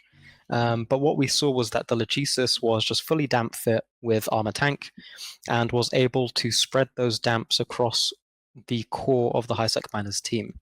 When you're using a range script in a dampener, it's going to reduce the ability of the ship being affected by the damp to lock by like 50 or 60%, depending on your bonuses and your E-War skills. So because there's a number of core ships on grid, you have to spread those damps out. But as we saw, the Templis CALSF team was able to quickly delete like 3 or 4 ships within the first minute of the match, which means that they can start focusing their damps onto a smaller segment of the Hisec miners team. So really it's just about preventing the Hisec miners team from projecting their damage into the Templis CALSF team. Templis were able to protect their weaker ships like the Augurer and the Lachesis by keeping them back. And we saw that Hisec miners essentially just wasted their time shooting at first a Punisher and then switching to a Harbinger, which they then did not swap off of, despite the fact that they were not breaking it. Awesome. Thank you very much for that great analysis, Mystical Might. We are going to go on a short break, and we will be back for CAStabouts Vs Exodus in about 30 minutes. So stick around, and we will see you then. Welcome back, everybody, to the continuation of Alliance Tournament 19 feeders. This is day 2 of 4. We have a bunch more matches to go today and a whole nother weekend of matches to go next weekend to find out which 28 teams will secure themselves a spot in Alliance Tournament 19 proper in August. Already, a bunch of teams have managed to secure themselves spots, some yesterday, a couple more today. So far, we've seen Barcode, Till Doomsday, White Squall, Rusty Hyenas Clan, Templis, CALSF all secure themselves spots by winning the first match in the feeders for themselves and going straight in. The losers of those matches go into the rest of the bracket, and they have to win a bunch more before they can actually guarantee themselves a spot. We have 2 more of these win and in matches to go today, followed by some elimination matches. Teams that have already played, they have already lost, they will go up against each other. If they lose those matches, they are out. So our next match will be CAStabouts versus Exodus, a match I've been looking forward to. CAStabouts basically formed from people in the Kaldari, I think Kaldari Rookie Corp, the corp that you join when you make a new character. Even if you join another corp and leave, you can never get back into that corp. So they play most of the time on TQ exclusively in that corp, never leaving, which is pretty awesome. And they tend to put a team together. Let's take a quick moment and look at the bans between CAStabouts and Exodus. CAStabouts banning out the Barghest and the Curse, and Exodus banning out the Eos and the Nighthawk. You might have noticed I was joined by 2 new people, Black Bart Pirate and the Basilisk. Bart, tell me about these bans. I think this is one of the first times we've seen the Eos get banned. We did see a team run a drone setup yesterday and almost maybe possibly do okay, except that they didn't run it correctly, but it looked like it might have worked. So Exodus is kind of they've been doing this for such a long time, and they've always sort of specialized in the nano gang capabilities that they used to be really, really well known for on TQ. We've seen time and time again, if you're fighting Exodus, you have to be prepared to fight against Kite. And traditionally, historically, drone setups have been pretty strong against kiting setups. So I could see Exodus saying, hey, let's get rid of the drones. We haven't really seen a lot in the feeders, but the feeders is always a mixed bag of wonderful and interesting comps that are definitely good, maybe sometimes. And Baza, what do you think about these bans here? Any comments on them? Yeah, I just mirror what Bart said. I think EOS is going to be banned a lot more as we go forward into the tournament, not just in drone setups, but as just a pure links command ship. It is really, really strong. You can get 4 links and you can run all the drones. Obviously not losing any DPS for doing so. So yeah, a really strong armor battle cruiser. I'm surprised that this is, I think, the first time we've seen it banned. But the other 3 bans as well, Barghest, just very ubiquitous sort of rapid heavy battleship, good in a lot of comps. So yeah, I mean, 4 legitimate bans here, I think. Yeah, I mean, Barghest, I think, is a pretty good ban against a team like Exodus. As Bart says, they're kind of known almost as like kiting kings. If you come across those guys on TQ, they're likely to be somewhere 60 to 70 kilometers away from you, controlling you and shooting you from range.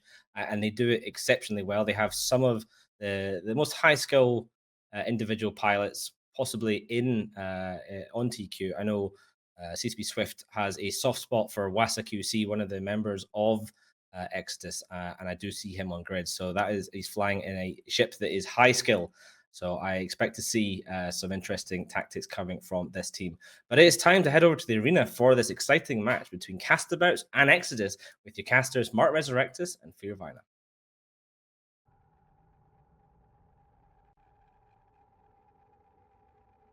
Hello, everybody, and welcome back to the arena for the second half of the day. My name is Sirvana, joined by Mark Resurrectus, and we will be bringing you all of the last few matches. First up, CAStabouts versus Exodus.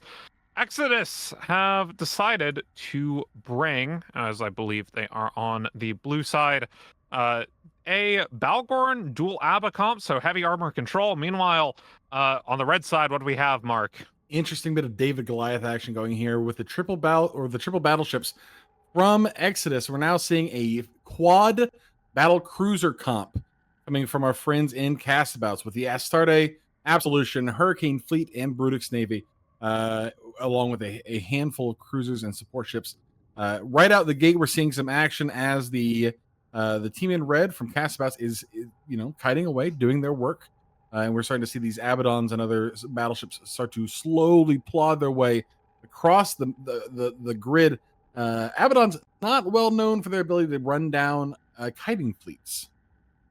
Yeah, typically not known for that, but we do see quite a few tracking disruptors trying to close the gap coming in from this arbitrator out of Exodus. Meanwhile, though, Carries and Maulus, first time we're really seeing both of those in the same comp. They've got 4 or 5 damps between the two of them. Currently 3 ships are being damped, including that arbitrator who had the tracking disruptors out. Now is damped so much that he can't actually do anything. We see Webs onto this Absolution right now from the Balgorn, and he is dipping way low in armor.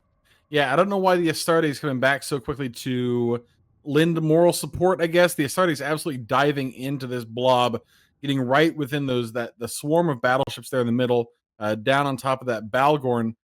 I understand the Balgorn is probably the primary here, and you can see some damage being put onto that Balgorn from a sabotage. But again, putting your Astarte, a huge DPS dealer for your fleet, right in the middle of this comp is maybe not the best play here.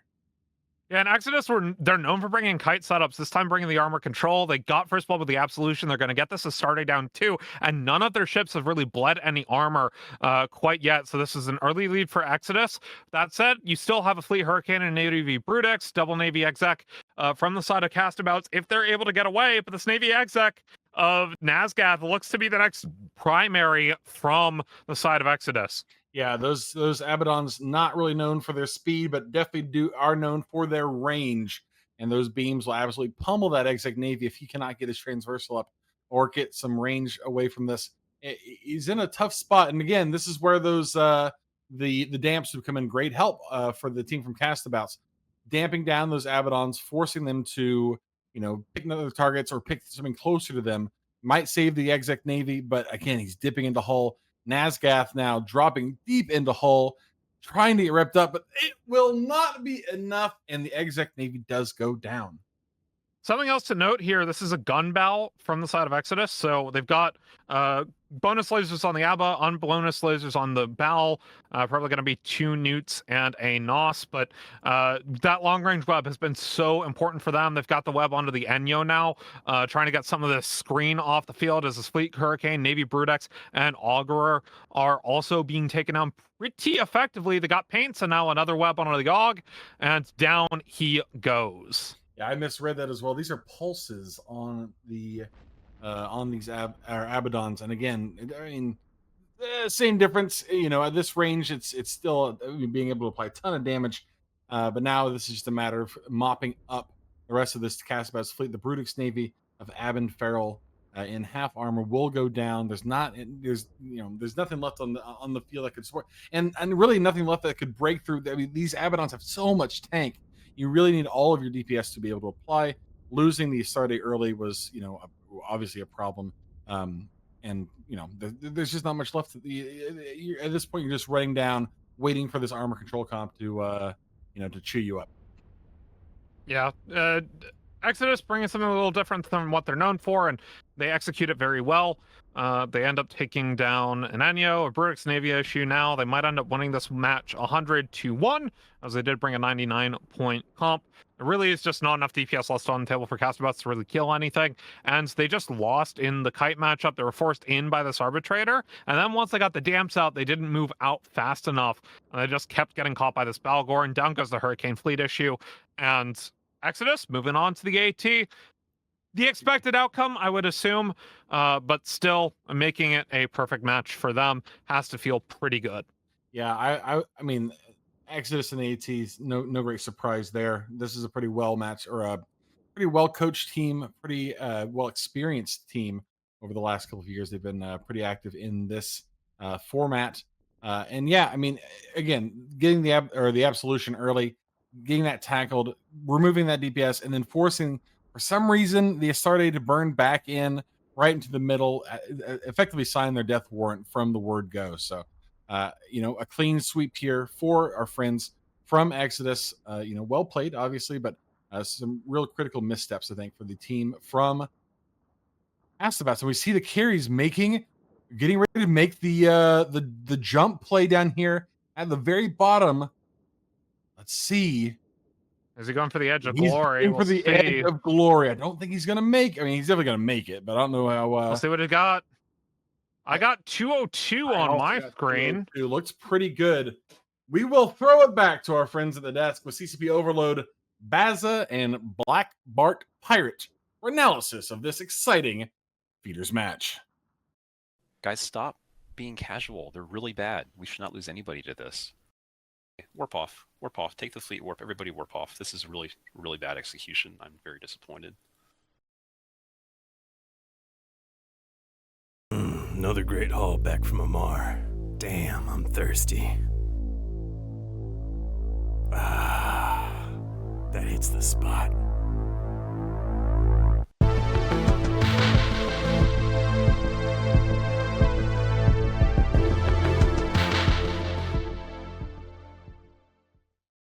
Yeah, we actually lost a bet as CCP collectively, so that's why that Alliance logo is in the game.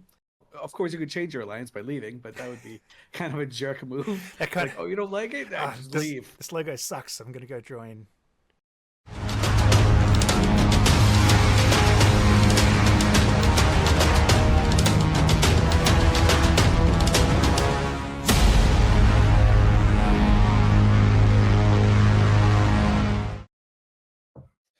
Welcome back there. Exodus securing themselves that spot in Alliance Tournament 19 in August.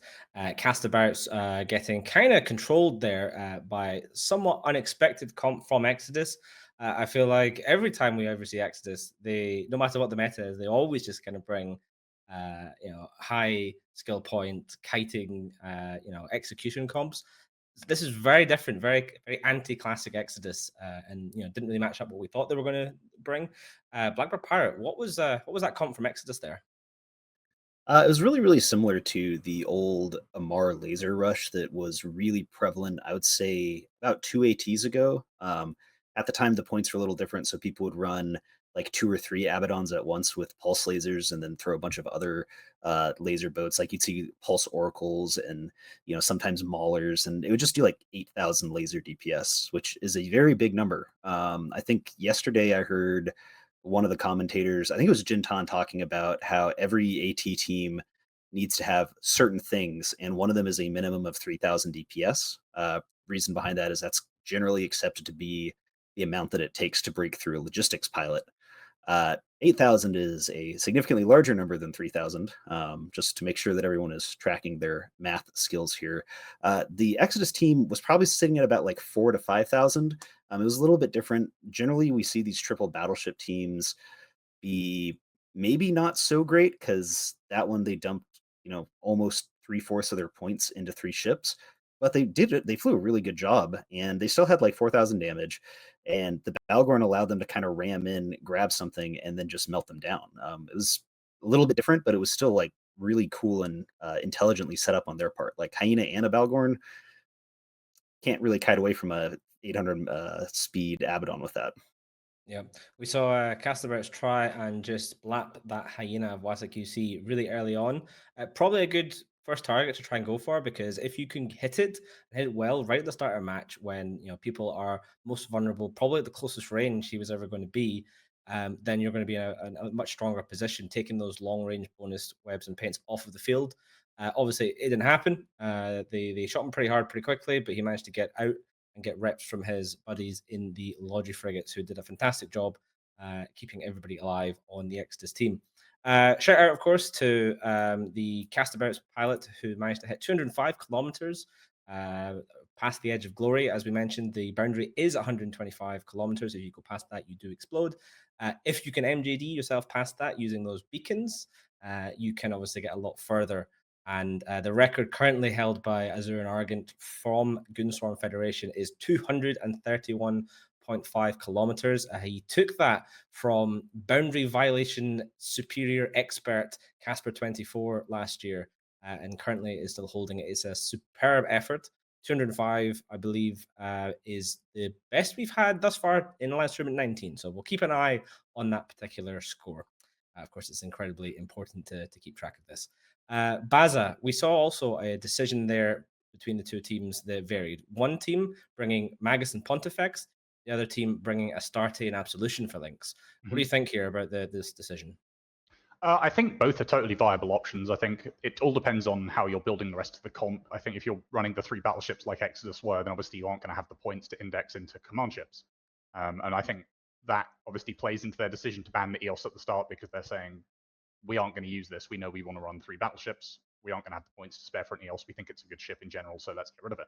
And the same for the Nighthawk. On the other side, the Astarte Nabso, I think if you're running a battlecruiser sort of gun spam comp, I think those are totally viable options as well. It just comes down to what your comp in general is trying to achieve and what the sort of optimal way to fit the points in is.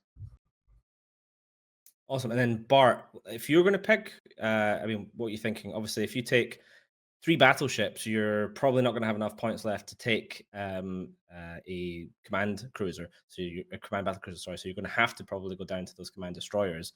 Do you think it's worth? Obviously, not for Exodus in this case, they won, but in general, do you think it's worth dropping one of those battleships for getting those stronger links, or just the power from the Duel of Badens plus the Balgorn was so much higher? So in general, I don't think that a triple battleship team is particularly good, but we're in the feeders, and the feeder meta is completely, wackadoodle random. Like you see people show up with 6 people, for instance, which nobody has ever won since Tinkers weren't a thing with an undermanned team. Like undermanned teams don't win for the last probably 10 years now. You see weird stuff in the feeders. I think that for Exodus, obviously the triple battleship team worked, but Exodus is a very good team. Like they've consistently been, I'd say on average about top 8. Obviously sometimes they've done worse, sometimes they've done better, but this is a team that we see do good every single year probably since at least AT12, AT13. So like we're coming up on a decade of them being a gatekeeper team up into that top 4. And so you kind of got to look at it from that perspective, right? So like, yeah, they flew triple battleship and they did good. Does that make triple battleship good? Does that make Exodus good? I think that we've seen a lot of like really high DPS teams just crush these sort of newer teams in the feeders, and that's what Exodus is. They're just like, hey, like, what are you going to do if we just ram you? And they're like, oh, we don't know. Yeah, I feel like Exodus has been around for a little longer than just around AT13 or so. I'm sure I have memories of them around about 18.9 or 10, and they were, if I remember correctly, they were hitting up like they were top 4 a couple of times. Even I can't quite remember. I think AT10 was Verge of Collapse who won, and I can't remember if it was Pandemic Legion they beat. But usually your memory doesn't go past first place very often. But I'm sure Exodus certainly have been around for a very long time, doing cool things, and like you say, kind of a gatekeeper these days. I don't think I've seen them crack. Like even they've been close to top 8 a couple of times. They might have made it into top 8 a couple of times, but they certainly haven't cracked top 4 for quite some time. But they have still been one of those teams that if you don't have your shit together, then Exodus will beat you. They're a very solid team. You cannot underestimate them. I'm pretty sure even the top 4 teams each year, if you're facing Exodus, it's a team you have to take seriously. I'm sure Hydra, when they're playing, they aren't going to just be like, oh, it's Exodus, it'll be pretty easy. They're going to give them some respect, which is due. Yeah, I sorry, just to jump in, I actually looked just randomly at, we've got like a back end graphic that like shows all the teams' positions over the years in the tournament. And I was like, let's just look at Exodus. They've been around for ages. And speaking of their record, I found out, I think over the last 10 years, their worst finish in the Alliance tournament has been 2-2, which is top 16. And I think they got that once. And every other time they've got 3-2, 4-2, 5-2. They are for sure a really, really good team. I think they're also one of those teams that's kind of maintained a pretty consistent core roster for 10 to 15 years at this point with some of those pilots. So and they do very similar activities on TQ, roaming around, high sort of APM stuff. These are guys that have been flying together for a very long time, so I'm sure that team dynamic is super high as well. It's always cool to see new teams coming in, but it's equally as cool to see these teams with great prestige and a long history in the Alliance tournament. We'll see some more of them next weekend. We'll see, for example, Pandemic Legion, a 5-time winner of Alliance tournament. Pandemic Legion struggled a bit the last couple of years, and can they turn this boat around and move themselves back towards top 16, maybe even top 8? Who knows? First of all, they got to get through the feeders. But let's look forward to our next match today, which is another win and in between Plug and Play and Yeet, Pray, Love, which, just going to say, massive fan of that name. It is hilarious. I just can't get enough of it. So let's look at the bans for Plug and Play versus Yeet, Pray, Love. Plug and Play choosing to ban out the Deacon and the Nighthawk. Meanwhile, Yeet, Pray, Love banning out the Barghest and the Curse. Blackbird Pirate, thoughts here? Interesting bans coming from Plug and Play. Yeah, I think the Deacon's a very interesting ban. I feel that it is definitely like a Deacon Thalia is such a it opens up so many interesting armor setups there that I can understand why you would pick that, because like you could fly a Thalia and then like an Inquisitor, but Tech 1 Logi frigates are really, really bad. Tech 2 Logi frigates are actually pretty decent. The Nighthawk ban, I'm a little confused about. I personally don't think these ham rushes have been performing anywhere near as good as they did maybe 2 years ago. It but it has always been like this kind of back pocket team, like, well, what if they ham rush us? And I can understand, we banned the Nighthawk because it's something that a lot of people are flying and a lot of people practice and are probably practicing with. I don't think it's a good team, but I get it. But yeah, the Deacon is definitely like that's an interesting one. It's such a versatile. It's not a versatile ship, but it opens up very versatile armor comps. Yeah, I feel like by banning out the Deacon, you either force people to, like you say, take Tech 1 logistics cruisers, Tech 1 logistics frigates if they were going that way, or maybe go for twin Galenti ones and taking the point inflation, or of course changing their comp and trying to fit in a Tech 2 logistics cruiser instead. Baza, the Barguest, is a super popular ship in these sort of high action economy running around the arena kiting comps. Good ban, do you think? Yeah, I think so for sure. I think as we get towards the actual tournament, of course, we'll see a variety of like flagship fits. I think Vargas is likely to be chosen as a flagship again. And you can have armor fits, you can have shield fits, shield kite, shield rush. It's pretty versatile. It pumps out more damage than any of the other battleships, like just both in terms of clip and in terms of DPS. So I mean, yeah, I think it's a really good choice. Yeah, especially we don't actually have flagships in the feeders, but when we get to the main tournament, the flagship rule will be in effect again. So you will declare one particular battleship from a list of specific eligible ships to be your flagship. And the normal restrictions, which are Tech 2 modules and below, no longer apply. There's an expanded list. You can put on some expensive officer modules, some fancy dead space stuff. You can really pimp the hell out of your Barguest. And if you think the range of a Tech 2 Scram versus the range of a really nice officer one, put it on a Barguest with a bonus, it can be an incredibly powerful and oppressive ship. I think we will see a lot of Barguests again this year. They were popular last year. They were super popular 2 years ago when, of course, they were points discounted. Bart, do you have any thoughts on how the flagship meta might start to shape up this year? It's weird. I think Bargus is still probably the best flagship just because of all of its weird strengths, which we probably don't have a lot of time to go into right now. But I am wondering, just because of the Galente, I feel like some people are probably going to try and do like Navy Dami flagships. I don't think it's going to be good, but I think the Bargus is still probably going to end up being the ship for the third year in the row. We'll find out soonish, but yeah. Yeah, with the Navy Domi was buffed just before Alliance Tournament last year, so no one really had an opportunity to pick it for their flagship. The decision was made kind of before that. It is available this year. It will be interesting to see how it does scale with some of these these fancy modules that people put onto it. We have about 20 seconds before we can head over to the arena. So let's do some quick predictions. Blackbird Pirate, Eat, Pray, Love, or Plug and Play? Ooh, I feel like Yeet, Pray, Love sounds like a wormhole group, so they're going to lose. And Basilisk? Oh, I'm going Yeet, Pray, Love. I scrimmed against these guys, and they are a tough nut to crack for sure. Okay. Well, I'm going to put a little bit of faith behind Radikos and Jintan with Plug and Play, and I'm going to go for them. So let's head over to the arena for Plug and Play versus Eat, Pray, Love with Mark Resurrectus and Fear Vina.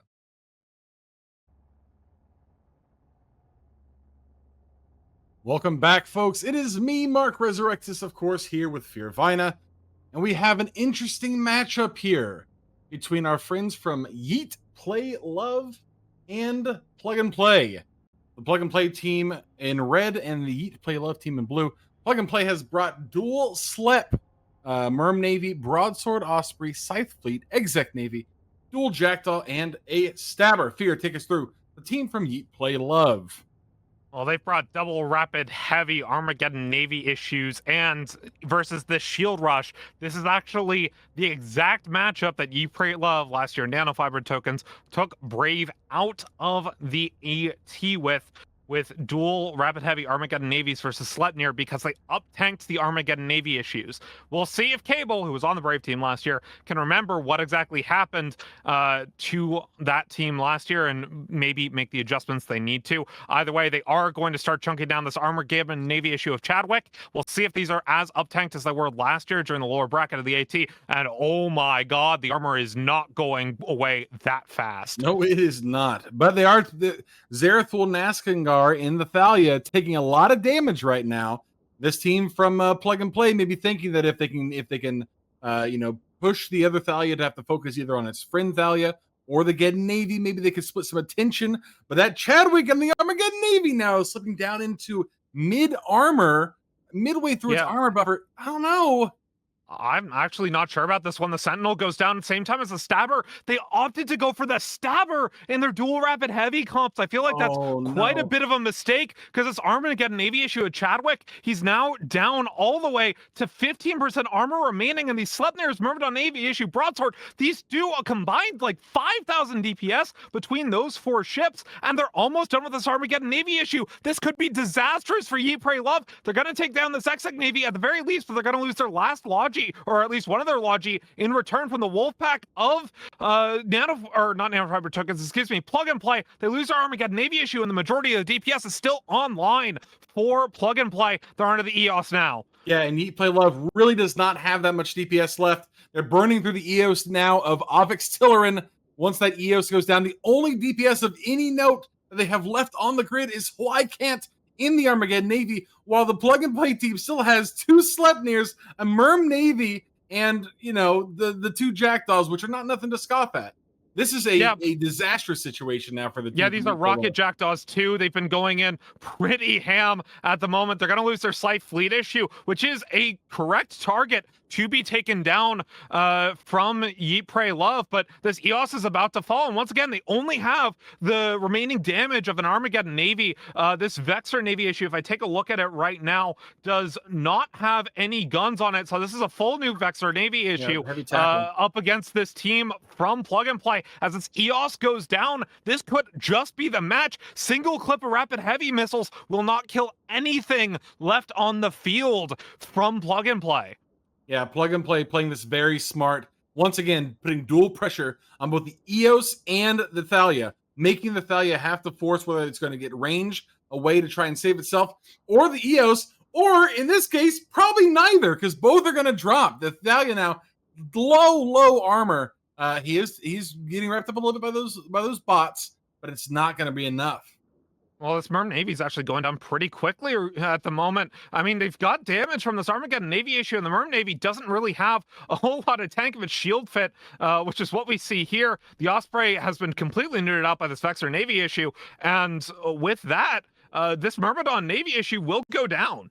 Yeah, these Sleipnirs really need to start paying attention to that Vexor Navy. Plug and Play effectively has no Logi at this point. That Osprey is just slow boating around out there, miserable as hell right now, cannot do anything to affect some kind of response for its teammates. But at the same time, now we see the Armageddon Navy starting to take damage because both of these, we've got the broadsword tackle right on top of it, and both of the Sleipnirs now are getting in range and applying full power from their autocannons into the Geddon Navy, just trying to burn it down before they can do any more damage anywhere else. And the Jackdaws swap Thalias on a Mazic card. They're taking them down to half armor, but these dual Jackdaws just haven't been able to actually kill this Logi, which has helped Yeet, Pray, Love stay in this match. Grant you, the Sleipnirs, they don't need the repping from the Osprey to stay alive. They have XLASBs, they have their shield rep bonus, and so 9 reps out of them is all they're going to see. But the Thalia finally goes down, which frees up these Jackdaws to start killing other things. But Turo Gorp, all the way down to half shields right now. Remember, he still has his XLASB charges, but he's got to rep up a lot faster. This Armageddon Navy issue is not falling right now.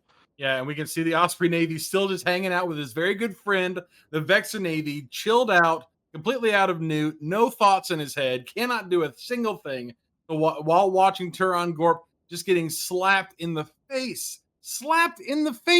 by these rapid heavies from the Geddon Navy. It's tough to watch. Skybreaker goes down. Skybreaker goes down. It's just the Arbitrator, Vexor Navy, and Armageddon Navy issue left on the field. Vexor Navy once again full newt. The Armageddon Navy issue has heavy newts of their own. They're trying to newt out the Sleipnir of Cable Utah, but once again, Cable Utah, he's got XLASB charges. Same thing with Turo Gorp, so they really don't need any sort of active modules to do what they need to do on this field. This Armageddon Navy issue now down all the way to 56% armor remaining, but we're almost out of XLASB charges for Turo Gorp. This might actually be a really close match when it comes down to it, because the only DPS left on the table is going to be the Sleipnir Broadsword and dual rocket Jackdaws. The Vexor Navy issue is finally getting some damage from him, but Turo Gorp's all the way into armor, gets one max XLASB charge off at the end of this, but I don't think he's going to live. Turo Gorp, he's going to go down. The lead is still in favor of Plug and Play at the moment, but it's slowly slipping from their grasp as this Armageddon Navy issue might be able to survive the remaining damage. Yeet, Pray, Love still down on points. They need to kill the Sleipnir. They absolutely have to kill the Sleipnir of Cable Utah, who has all of his charges left. And now it's just a race. It's a race between who can die first, Cable Utah or Hawaii Kant in the Armageddon Navy. And the Armageddon Navy has the lead here now on dying, being closer to death. The Reaper lingers around Hawaii Kante, but again, there's a lot of damage. All of his focus now is on the Cable Utah. But the Huikante's in structure. Yeet, Pray, Love, they might actually go down here. They knocked down Cable Utah's team last year from Brave in the tournament, and now they're going to get knocked down by the combined might of Radikos, Cable Utah, and Jinton, believe it or not, who's not flying this time around. They lose their Armageddon Navy issue. That's their last DPS off the table, and Plug and Play are going to advance to the main tournament. Incredible. And Radikos is currently so clenched right now, but he finally made it into the tournament through a feeder. Well done to them. And Plug and Play, nanofiber tokens last year, they had a top 8 showing, beating out Brave Collective for that spot. And so this year, they're going to have to make their way in through the rest of the feeder bracket, but I think they were the strongest team in that lower portion. So good luck to them, but Plug and Play, they make it into the main tournament, and they are very happy about that. Yeah, really, really well done. Shout out to our boy Radikos. Finally, does not choke early. Came in with a great plan, applied it well. Sleipnir, so good. Autocannon Sleipnir, so good. People who should not use RD Sleipnirs, just use autocannon Sleipnirs. They're great. We've seen that here, being able to clear out the Geddon navies with the might of the Minmatar Republic behind them. Absolutely doing the God's work. The Vexor Navy will go down. Orca Lamont and the Arbitrator is not far behind them, and that will do it.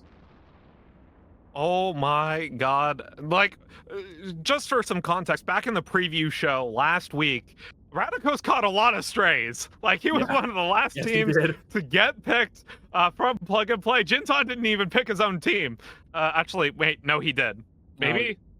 I can't even remember, because I didn't pick my own team, and Maud didn't pick his own team. Either way, Yeet, Pray, Love, they're going to go down in the lower bracket. I think they have a good shot at running to the main tournament, but Plug and Play, they are breathing a sigh of relief as we send it back to the desk for analysis of that match and to bring us into the elimination matches for this afternoon.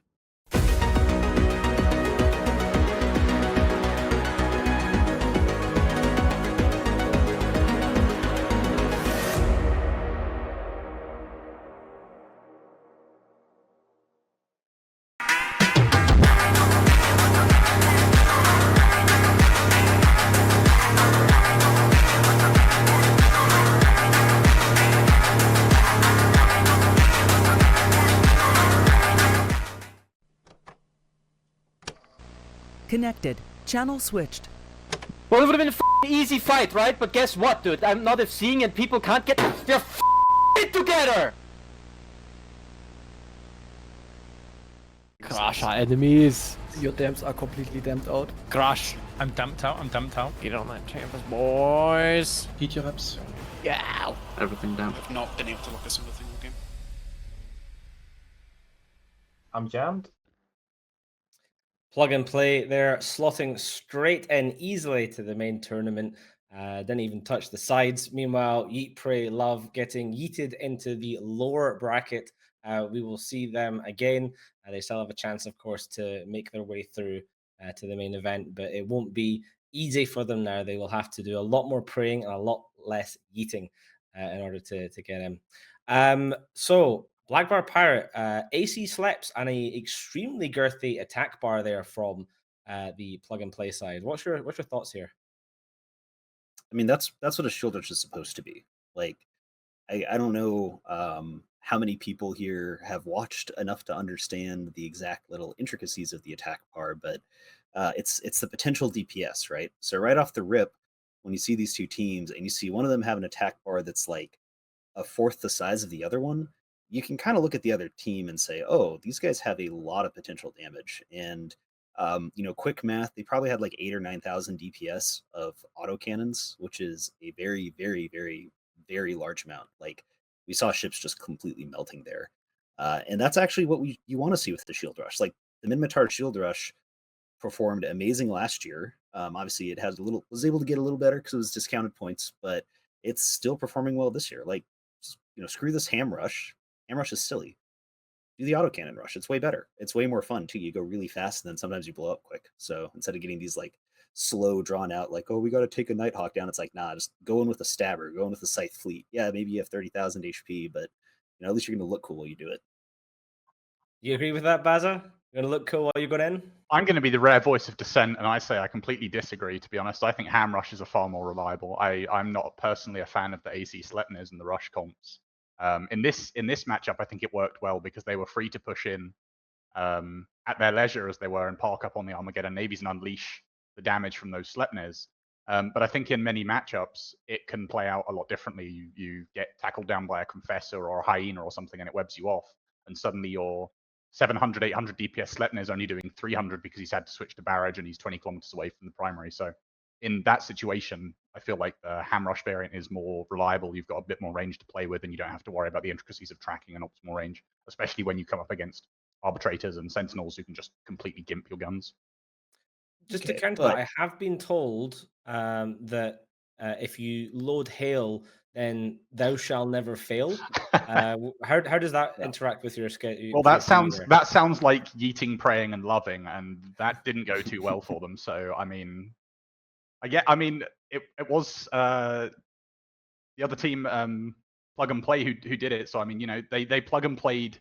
They banned the Nighthawk and plug and played the Sleipnirs in. So I mean, props to them for living up to the name in that regard, I suppose. Bart, you look like you had a comment. Well, I do. So the thing though to remember is that, yeah, if let's say that it happens, right? Somehow these feeder teams learn how to screen, which they don't know how to do. We've seen this like for literally a decade that these teams, generally the screening is hard. It's really hard to screen a Sleipnir anyways, because if they can actually just swap to you and blow you up really fast. But if you screen a Nighthawk off 20 kilometers off the target, it also can't actually hit. If you screen a Sleipnir off 20k off, it can do 300 DPS, right? Sleipnirs with Barrage can hit till, you can probably apply 300 damage to like 30 to 40 kilometers pretty easily. Heavy assault missiles, there's a spot where they disappear. They fizzle away into space, and it's between 15 to 25 kilometers, depending on the ship. Also, you're kinetic locked. Also, your ship is half the speed. Like, a Sleipnir can go almost 2.5k meters a second. Like, they are fast. Those stabbers, I didn't actually see its top speed, but I've seen Scythe Fleet issue actually last tournament in the finals when Truth Honor Light brought a Minmatar Rush and cleaned house in like 2.5 minutes in like the second to last match. We saw a Scythe Fleet issue hit like 5k. They get like 5k. Cruiser just like, oh yeah, I'm here. So yeah, I mean, the Minmatar Rush has always been insane. It's just kind of hard to pull off because it's a very sort of team-wide APM intensive thing. Heavy assault missiles, those are for noobs. Like, they're for people that are like, oh yeah, I don't have to worry about tracking. I don't have to worry about. But this is the feeders bar. We should be promoting these ideas to noobs. We should be saying, this is the preliminary rounds. You need to be using the noob strats. Don't go for this Hydra AC rush. Is that why your team Baza uses the Ham Rush? Get rid of... Oh, absolutely. It's true. I am a Ham Rush enjoyer, certified. Excellent. All right. Also, I believe a flagship feeding enjoyer, if I remember correctly from last year. Someone's got one of the quickest flagships to get fed. It was very sad. I'm not gonna lie, watching it happen. I wish I could have seen it, your face in person as it's happening. That would be even better. But we got to hear it as I think you casted that match. Which Yeah, was, I think I was molding a little bit, but it's okay. Yeah. It's okay. I want to talk about two other things that we saw in that last match, which we don't see much of thus far. Obviously, the Sleipnir, historically one of the most popular ships in Alliance Tournament for a very long time. Less so these days with the change of metas, but still a solid ship. And there was a lot of talk about him firing off his XLASB. Baza, what is an XLASB?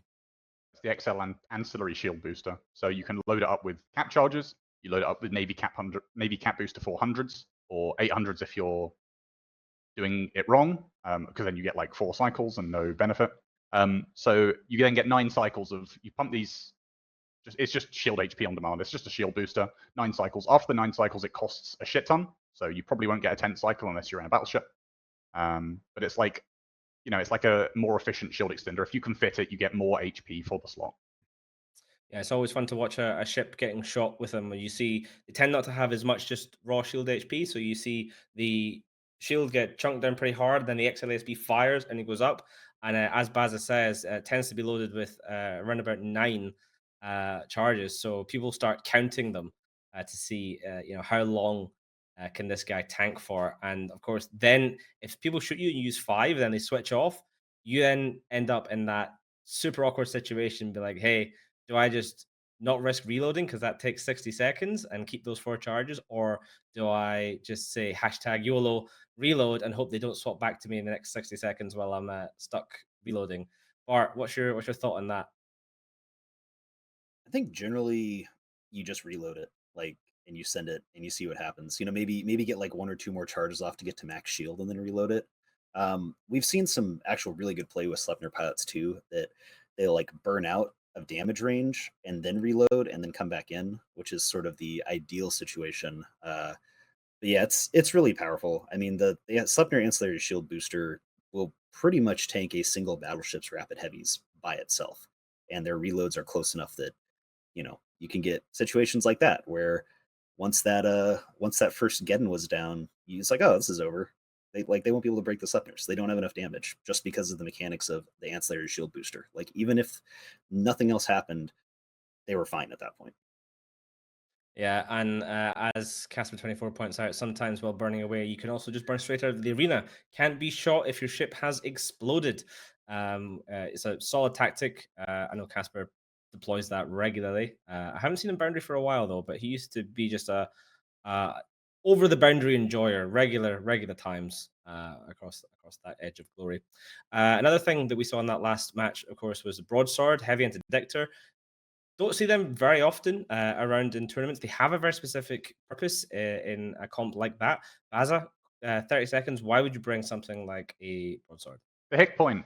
It's the hit point. You can put a hit point on it instead of a scram, so you get a 20-kilometer scram basically, and you just get like it's effectively just like the old Munin with ACs. You just get a hack with ACs that charges in. It's quite tanky. You've got a 20-kilometer scram. It's quite fast, and you can just match it up with the Sleipnirs and start pumping. Take a shot. I said pumping. Yep. All right. That's Baza bingo. Every time Baza says certain words, we have to take shots. All right. So we're going to look into our next match now, which is an elimination match. And that means that whoever loses this match is going home. And this match is between Test Alliance, Please Ignore, and Literally Triggered. So let's take a look at the bans here.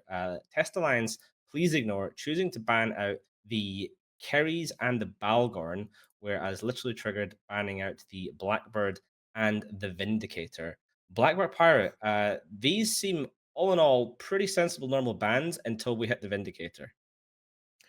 Yeah, I don't know why you would ban a Vindicator. They're not they're good ships, but they're not as good as they could be. Like, we saw it used a ton last year, but it was with these very specific kind of double battleship and then really heavy E-War teams, where having a really heavy DPS, relatively tanky 90% web ship was really good. We're not seeing a lot of E-War this year. Whether or not that's because the feeder teams are scared of it and they don't understand how to use it, or because of the rule changes making it not as good. But the Vindicator, I don't think that's again, that's not the ship to ban here, right? Like, you ban a Vindicator and you can bring a Navy Mega. It's similar roles, actually significantly less points too.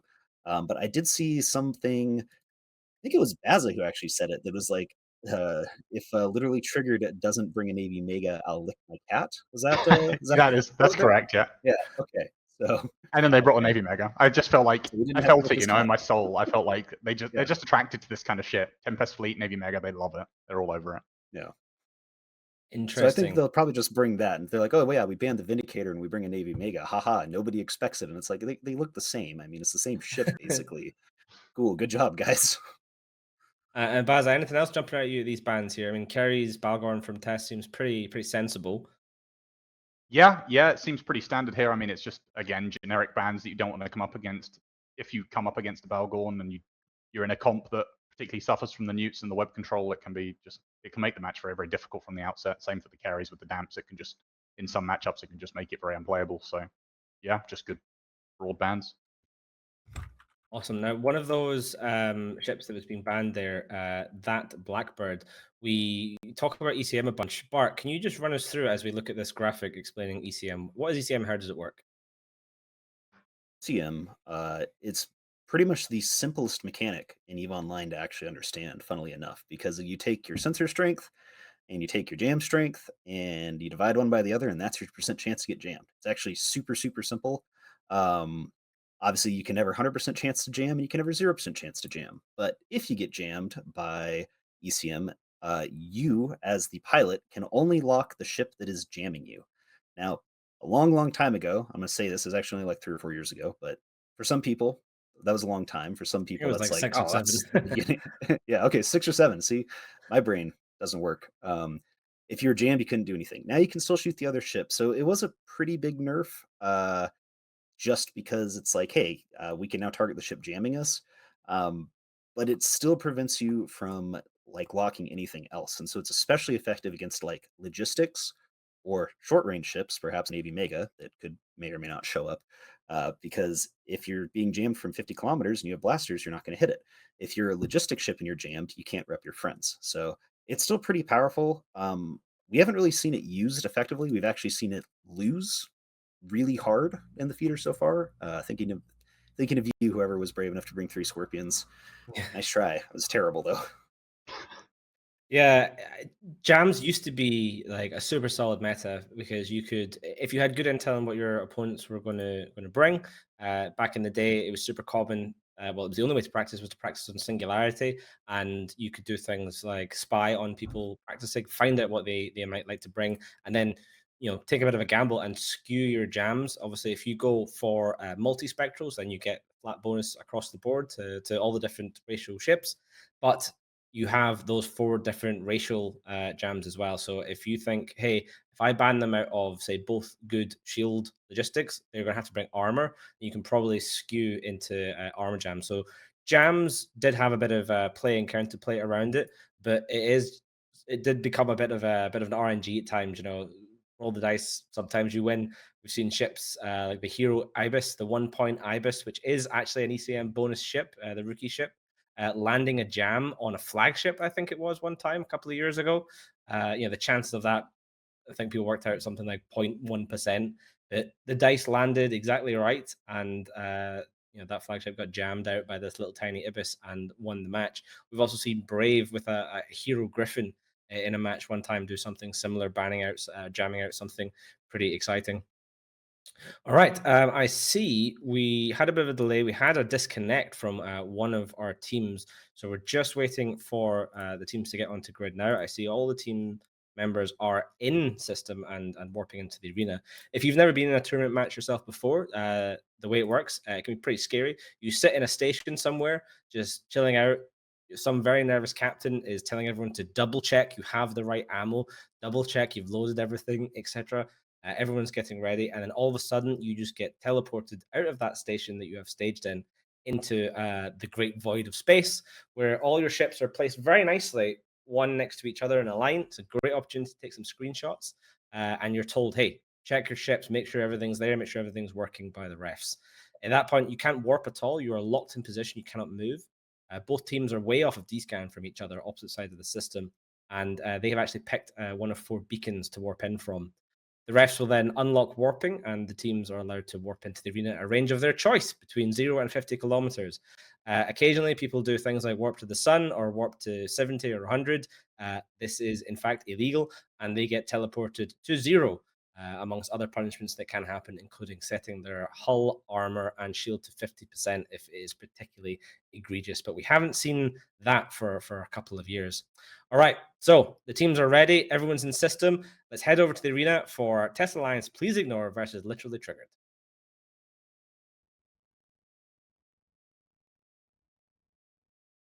Hello, everybody. Welcome back to the arena. My name's Sirvana. I'm joined by Mark Resurrectus. And on the blue side, it is Literally Triggered, who have brought triple battleship armor control setup with a Pulse Armageddon Navy issue.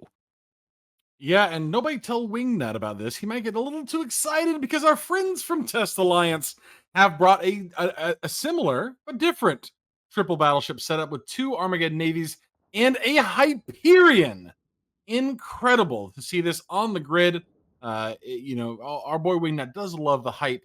And here we go. These teams now both establishing some control over the middle of the match. You see them just kind of testing the waters on the sides with their battleships kind of set at range from each other, just putting in some volleys, seeing who's going to break first.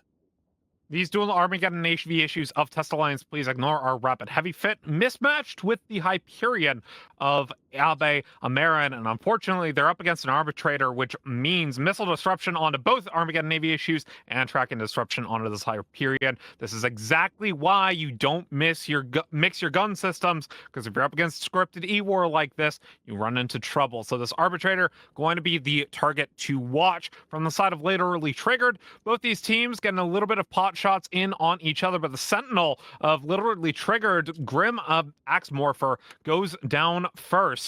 From Test Alliance Please Ignore. Yeah, it's interesting to see how the team from Test has kind of situated themselves. The Armageddon Navy, both of the Armageddon Navies, or rather one of the Armageddon Navies, has kind of gone in on the fleet from Literally Triggered. But the Hyperion over here at range is kind of sitting by itself. I'm not quite sure what it's shooting at. It's just it's shooting at drones, I think. Well, this arbitrator right now is taking a whole lot of damage because his Armageddon Navy issues with their dual rapid heavy setups do quite a bit to cruisers, especially Tech 1 support cruisers, like we're seeing from this arbitrator. They nearly took down Hilo in the Exec Navy. He was able to rep back up, but they're up against dual Logi frigs, so they might be able to break through this arbitrator with their rapid heavy clip, and the Deacon and Thalia might not be able to beat enough to hold them in place. Meanwhile, from the side of Literally Triggered, they don't have a primary right now. They're just sitting around shooting absolutely no one. They've got some newts on top of their fleet Tempest, but otherwise they just haven't caught anyone. And as I said that, there's a web grapple on Soldarius and the Navy Armageddon. That will be the primary from the side of Literally Triggered. Yeah, we're seeing the Armageddon, or rather the arbitrator now drop. That's going to be huge. It's huge for those rapid heavies. And now the team from Test Alliance is going to be able to apply quite a bit better. But this is an interesting situation. There has to be some damage. Disconnect. Somebody called to shoot the Armageddon Navy, and there are 2 Armageddon Navies, and now we've got split damage. That's just the mistake you don't want to make. At the same time, the Test Alliance team is not making that same mistake, going whole hog now on Michael Renna in the Abaddon. But I say that, but then again, the Exec Navy of Gila also taking some damage on the back. They're trying to split the Logi Frig damage, or the Logi Frig repping power, I should say. They have paints on this Hyena, and it has been helping them out quite a bit. This Exec Navy going down to the rapid heavies, this is the exact way that you want to run it. When you have dual rapid heavy, because the ABBA is a very tanky ship, they lose their Exec Navy issue, and this Abaddon of Durok, he is not tackled right now. And in fact, Soldarius got away from the tackle, so Durok is staying alive through these large lasers. I can't believe it. Tess is actually winning a match. Yeah, Test Alliance Please Ignore in the year 2023 actually being successful in a match against another team. Incredible to see this sphere for the first time in my life with my own human eyes. I'm glimpsing it, but they're doing it, and they're doing it in a convincing fashion. Durok has both of the Logi Frigs nearby to rep him back up, and the Deacon from Literally Trigger drops. The only Logi they have left is the Thalia of Jeff McJeffrey. Jeff McJeffrey, you know, he's gonna Great try to name, stay by the alive way. for a little bit longer. It's a great name. Meanwhile, though, Duroc finally has been caught, and he is being taken down very quickly by these triple battleships. We say Test are winning the match right now, but you also have to remember there is significantly more DPS potential from the side of Test for the time being. But once they lose this Armageddon Navy issue, as we see this attack bar beginning to ramp up from the side of Literally Triggered, they have 3 battleships that don't rely on clip reloads, and they take down this first Armageddon Navy issue. They might move on to the second next and save the Hyperion for last, but their Thalia is quickly dropping and goes down. Yeah, they really need to take out one of these battleships quickly. That's a lot of DPS to put on to Soldarius and the Armageddon Navy. You can see him now already right at about 60% 60% armor and dropping fast. They need to counter quickly to be able to. At a certain point, they have to get rid of some of this DPS. There's still so much DPS left on the side of literally triggered that. And again, you're seeing it right here. Soldarius dropping so quickly. The Thalia and the Deacon are not enough to keep it up.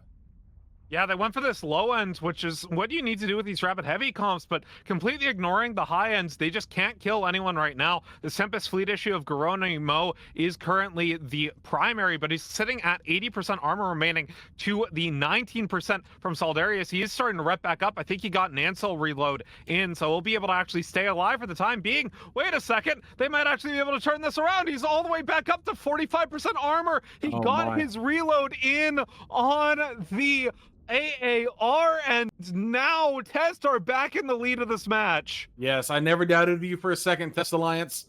I, of course, was once a Test Alliance player, and I understand the legacy and history of Test. Maybe better than GF's anyone being else, called really. in local. Yeah, GF's in local. Eltrig knows what's going on. Oh yeah, and Test, you know, Test, they finally pull a win this week after losing TTT and losing their first match.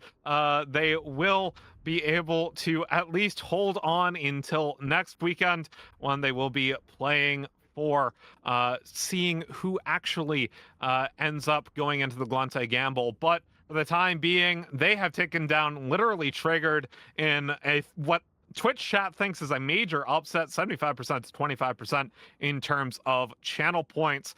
And Test Alliance, please ignore. Hats off to you. You did very well this match. Yeah, they did really, really well. Played it exactly the way they needed to. Like you said earlier, they went through the bottom, they went through the back end and the lower end of their literally triggered. I cannot say that. Literally triggered comp. Cleaned out all of that application, all of that support, and then all they had to do was DPS race to the top end. And it looked sketchy for a second, but man, oh man, that Hyperion with the large blasters has so much potential damage.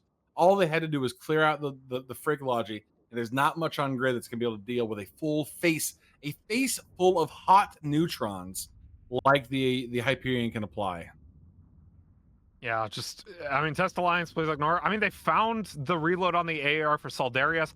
That's what won them this match, because they take down the Tempest fleet issue. And now when it comes to overall DPS, the ABBA and the Armageddon Navy have better sustained DPS just because they're aren't dealing with rapid heavy reloads. In fact, neither of their ships have to reload the way that they are running them, but at the same time, they can't kill anything. And Test Alliance, please ignore. That was a dual rep Armageddon Navy issue, which I didn't think was something people would run, and I assume this being Test, that's a dual rep Hyperion as well. So getting the bait tanks off, getting the AAR reloads off, really, really nice showing from the top-end pilots of Test Alliance. Please ignore. They're going to take down this Magus and maybe the ABBA with 2 minutes remaining in the match, but for the time being, and we might actually see no more kills for the rest of the match. Well, yeah, We'll if you look over to the side, you can see the Armageddon Navy issue of 121 burning furiously for the boundary mark, looking to sacrifice himself to Bob.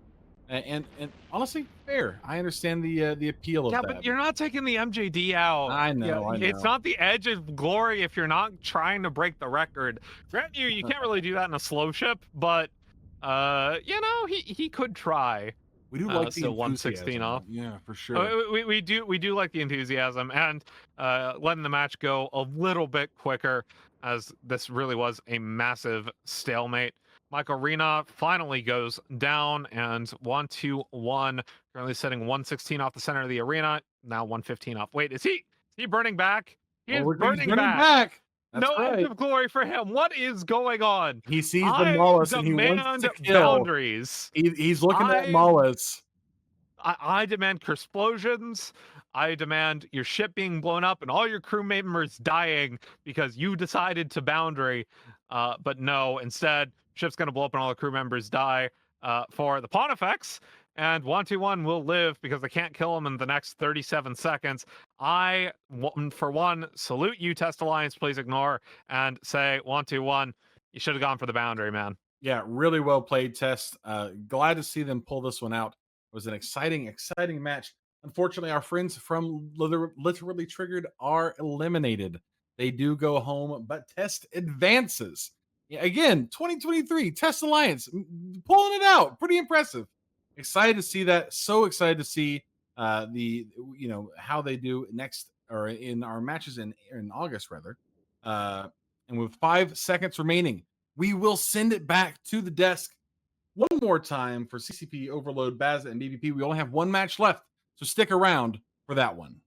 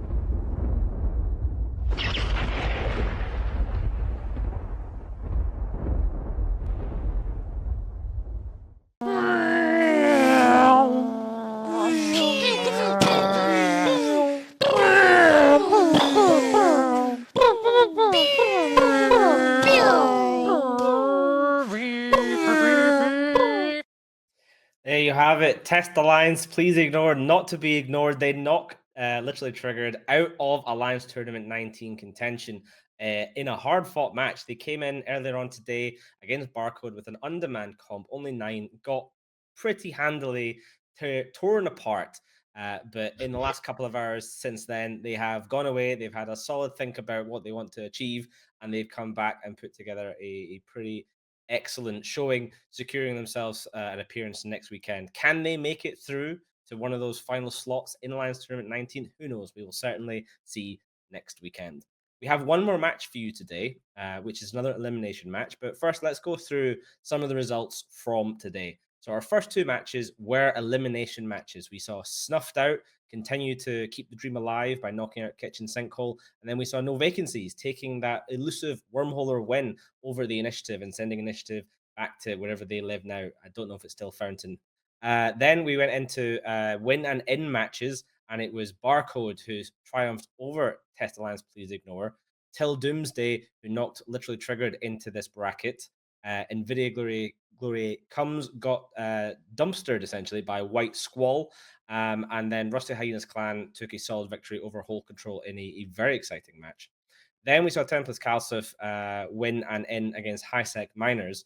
We took a short break and we came back to see Exodus forgo their normal kiting meta and bring a hardcore armor control comp, which they used to great effect against CAStabouts, securing themselves entry into Alliance Tournament 19. Plug and Play then went up against Yeet, Pray, Love in one of the most exciting matches of the day. Plug and Play managed to pull it out and send Yeet, Pray, Love into the lower brackets and secure themselves a spot in the main tournament in August. Finally, we just saw Test Alliance, please ignore, take that W over Literally Triggered and keep the dream alive as well. And one more match today will be Invidia Gloriae comes versus Whole Control. Let's now just go straight to the bans for this particular matchup. So Invidia Gloriae comes banning out the Lachesis and the Curse, whereas Whole Control banning out the Loki and the Scimitar. Baza, Lachesis ban, interesting one. I think the band's shown a wrong on the stream, but according to what you just said, yeah, Lachesis is an interesting one. We did see it once today. I think it was Templis that fielded it in that battle cruiser spam comp that they had. I'm generally not a fan, but it worked out for them. But for me, the Lachesis is just a little bit too expensive for what it offers. Yeah, the bans on the screen are indeed wrong. They're the bans for the last match. The correct bans are the ones I read out, which is IGC banning Lachesis Curse and Whole Control banning Loki and Scimitar. Blackbird Pirate, any thoughts on these bans from you? I think that like the bans are super interesting, but at the end of the day, I really, really hope that in the last couple hours, Invidia Gloria found 4 more pilots, because 6 is not a very good number of people to go into these matches with. So yeah, you're always going to be struggling with just 6 pilots, especially when the other team has the full 10.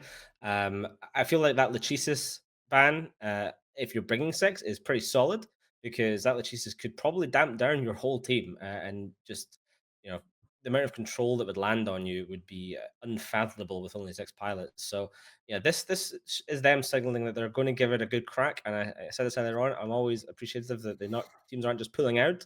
I hope to see some sort of interesting, crazy tactics. Maybe they can pull it out. Maybe it'll be a huge upset on Twitch channel points. Over 1 million of them going on to Whole Control right now, 1.25 and rising.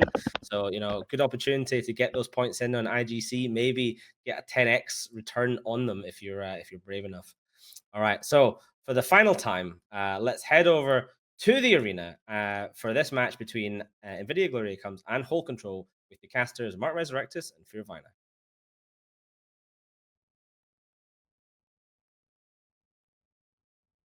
Welcome back, folks. It is, of course, me, Mark Resurrectus, back for the last time today with my good friend Fear Vina.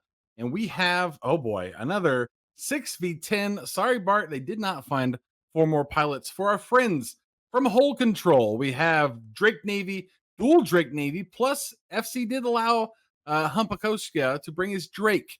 Cyclone Osprey, Caracal Navy, dual Caracal Navies, rather, O&I, Scythe Fleet, and Crow. And what do we have in the 6-man comp from IGC? Well, we have a Ham Nighthawk mixed with an RHML Bargus, so this is going to be a lot of fun. They have a Hugin to maybe get some range control, but this is going to be really difficult for them up against the Shield Rush setup that we saw nearly win versus Shield Kite last time around from Whole Control, although they are kiting back both of these teams, neither one wanting to commit quite yet. This is actually not a kite back, though. I think from the side of Whole Control, they're burning for the MJD beacon, and they're going to try to MJD right on top of IGC, who are also burning for their MJD beacon.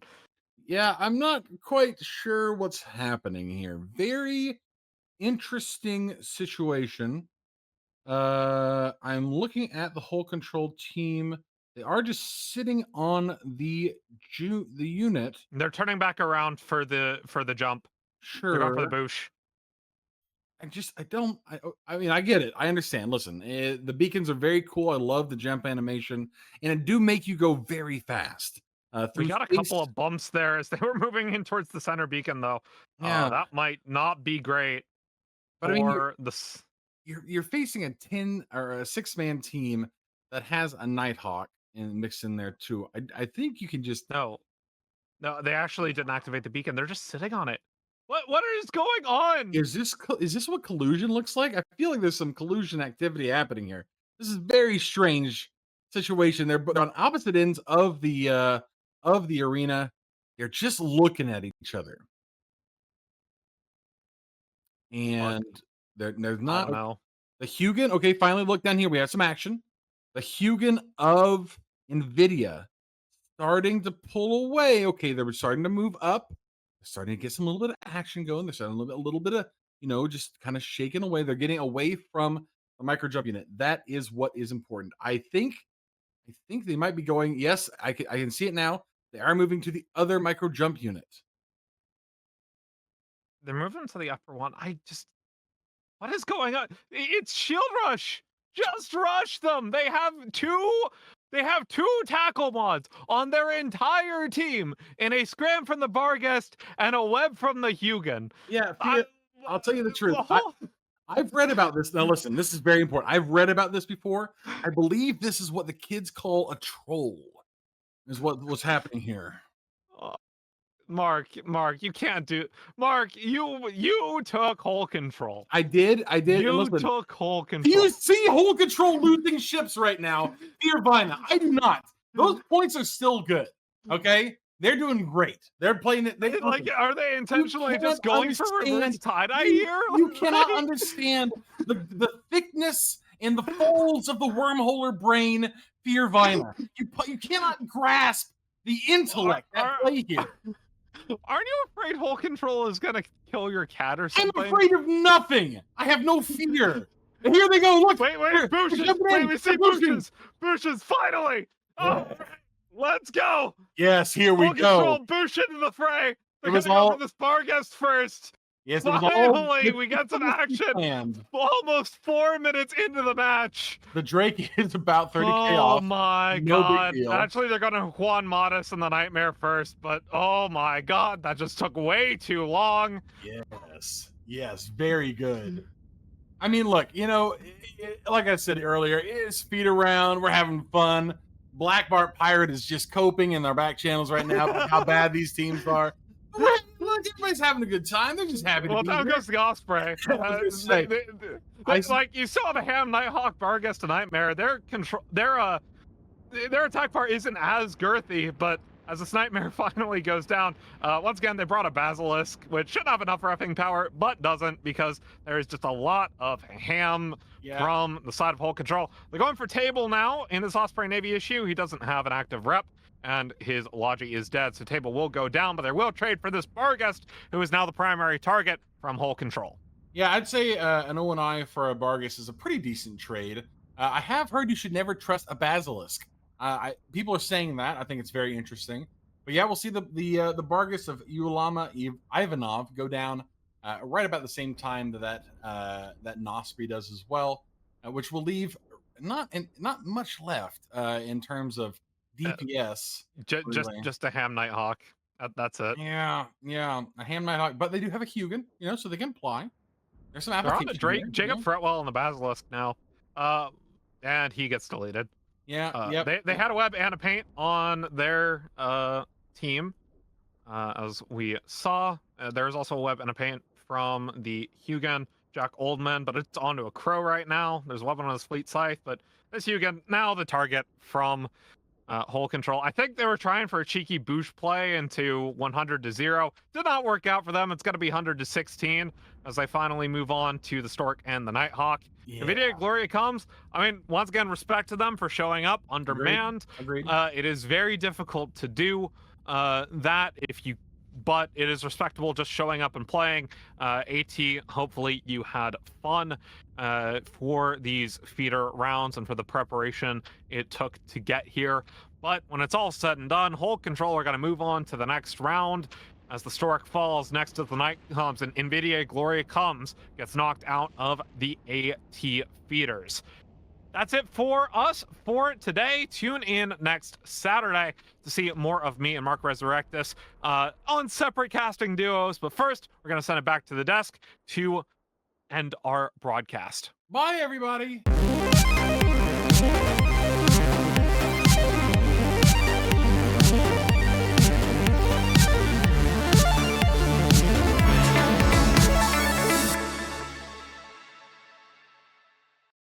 Rain, are you in an armor vagabond or something? No, I've got Axel ISP. And polarized guns or what?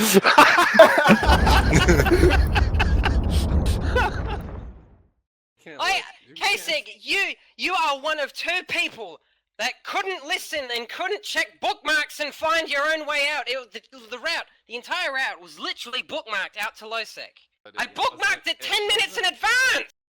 Guys, stop being casual. They're really bad. We should not lose anybody to this. Warp off. Warp off. Take the fleet warp. Everybody warp off. This is really, really bad execution. I'm very disappointed.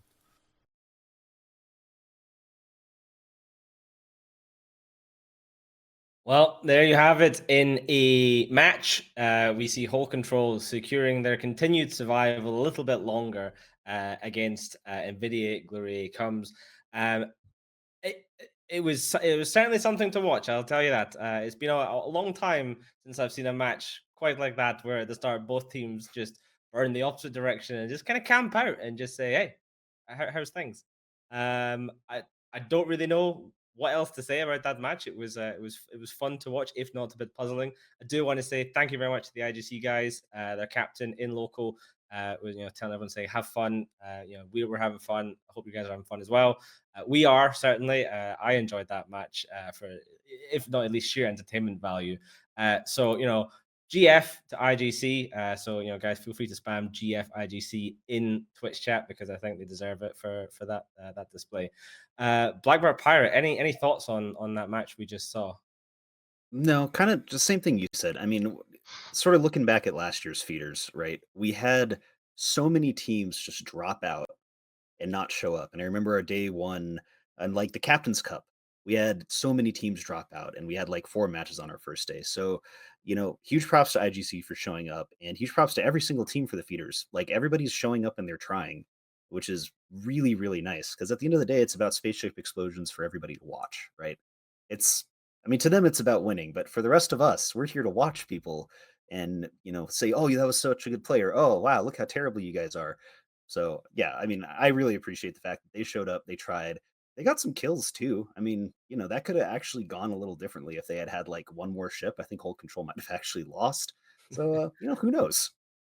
Yeah, at the end of the day, experience is experience. Back in the olden days before the Thunderdome server, if you wanted to do this, not only did you have to put money in to get into the tournament in the first place, there was no such thing as a feeder. You had to plex bid in, just full stop. Everyone did. And then you would lose your ships for real on TQ. You could only fly what you had the skill points to fly. So if you were like an alliance composed of younger pilots or less experienced people who wanted to play, they were kind of relegated into small ships and probably wouldn't be able to fly them optimally compared to some people with 150 plus million skill points. Whereas here on Thunderdome, we have this fantastic opportunity for teams who want to give it a go. There is literally no downside. You get to see yourself on the television. You get to shoot some people in space and experience what it's like to be in a tournament. 100%.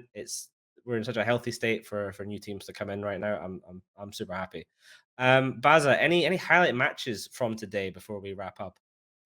Let me just look back at the schedule to remind myself of what we saw. The Rusty Hyenas one with Hull Control was very, very close. That one was very close on points. I think it was 71-69 at the end or something. That one could have gone either way all the way through. That was quite a nail biter. And I quite liked the barcode match as well. I thought they looked pretty good. Awesome. And Bart, any highlights you saw today from you? Not particularly. I think that honestly the test match was pretty good, and as is tradition, and I'm sure that at some point it'll happen again. Everybody likes to take dumps on Test Alliance. The entire game has been actually doing it for several years now, so there's me doing it right there. So it's actually good to see that at the very least, maybe on TQ they're having some trouble, but hey, they made it. They won one match in the feeders. If they win one more, then they're in the actual AT, which is going to be better than like half of these teams. So, that's a start. Like, good job, Test. They actually flew a kind of interesting setup and they won. So, hey, props to them. That they did indeed. So we'll be back next weekend on Saturday. First match is at 1700 Eve time. And not only do we have a couple of elimination matches, but we have some more win and end first round matches for teams we have yet to see. Teams such as Laserhawks, teams such as Pandemic Legion. We're going to see Rote Capel and Brightside of Death. There's a whole bunch of exciting teams that usually try and sort of scoot in by buying in with Plex or having to face this gauntlet. So some excellent games coming. Ithaca, I have to interrupt you. You neglected to mention one particular team that's going to be taking part next Saturday. Did I? And which team would that be? That would be the Hidden Leaf Village Ninja Assassin Squad esports team. I see. Yeah, just to make sure we were, Yeah, so at least you've read. Make sure to tune in for that one this time. Yeah, compared to earlier on when you were casting and didn't bother. I was like, that's it. It's canon there. No one needs to bother reading the whole name. All right. I have been CCP Overload.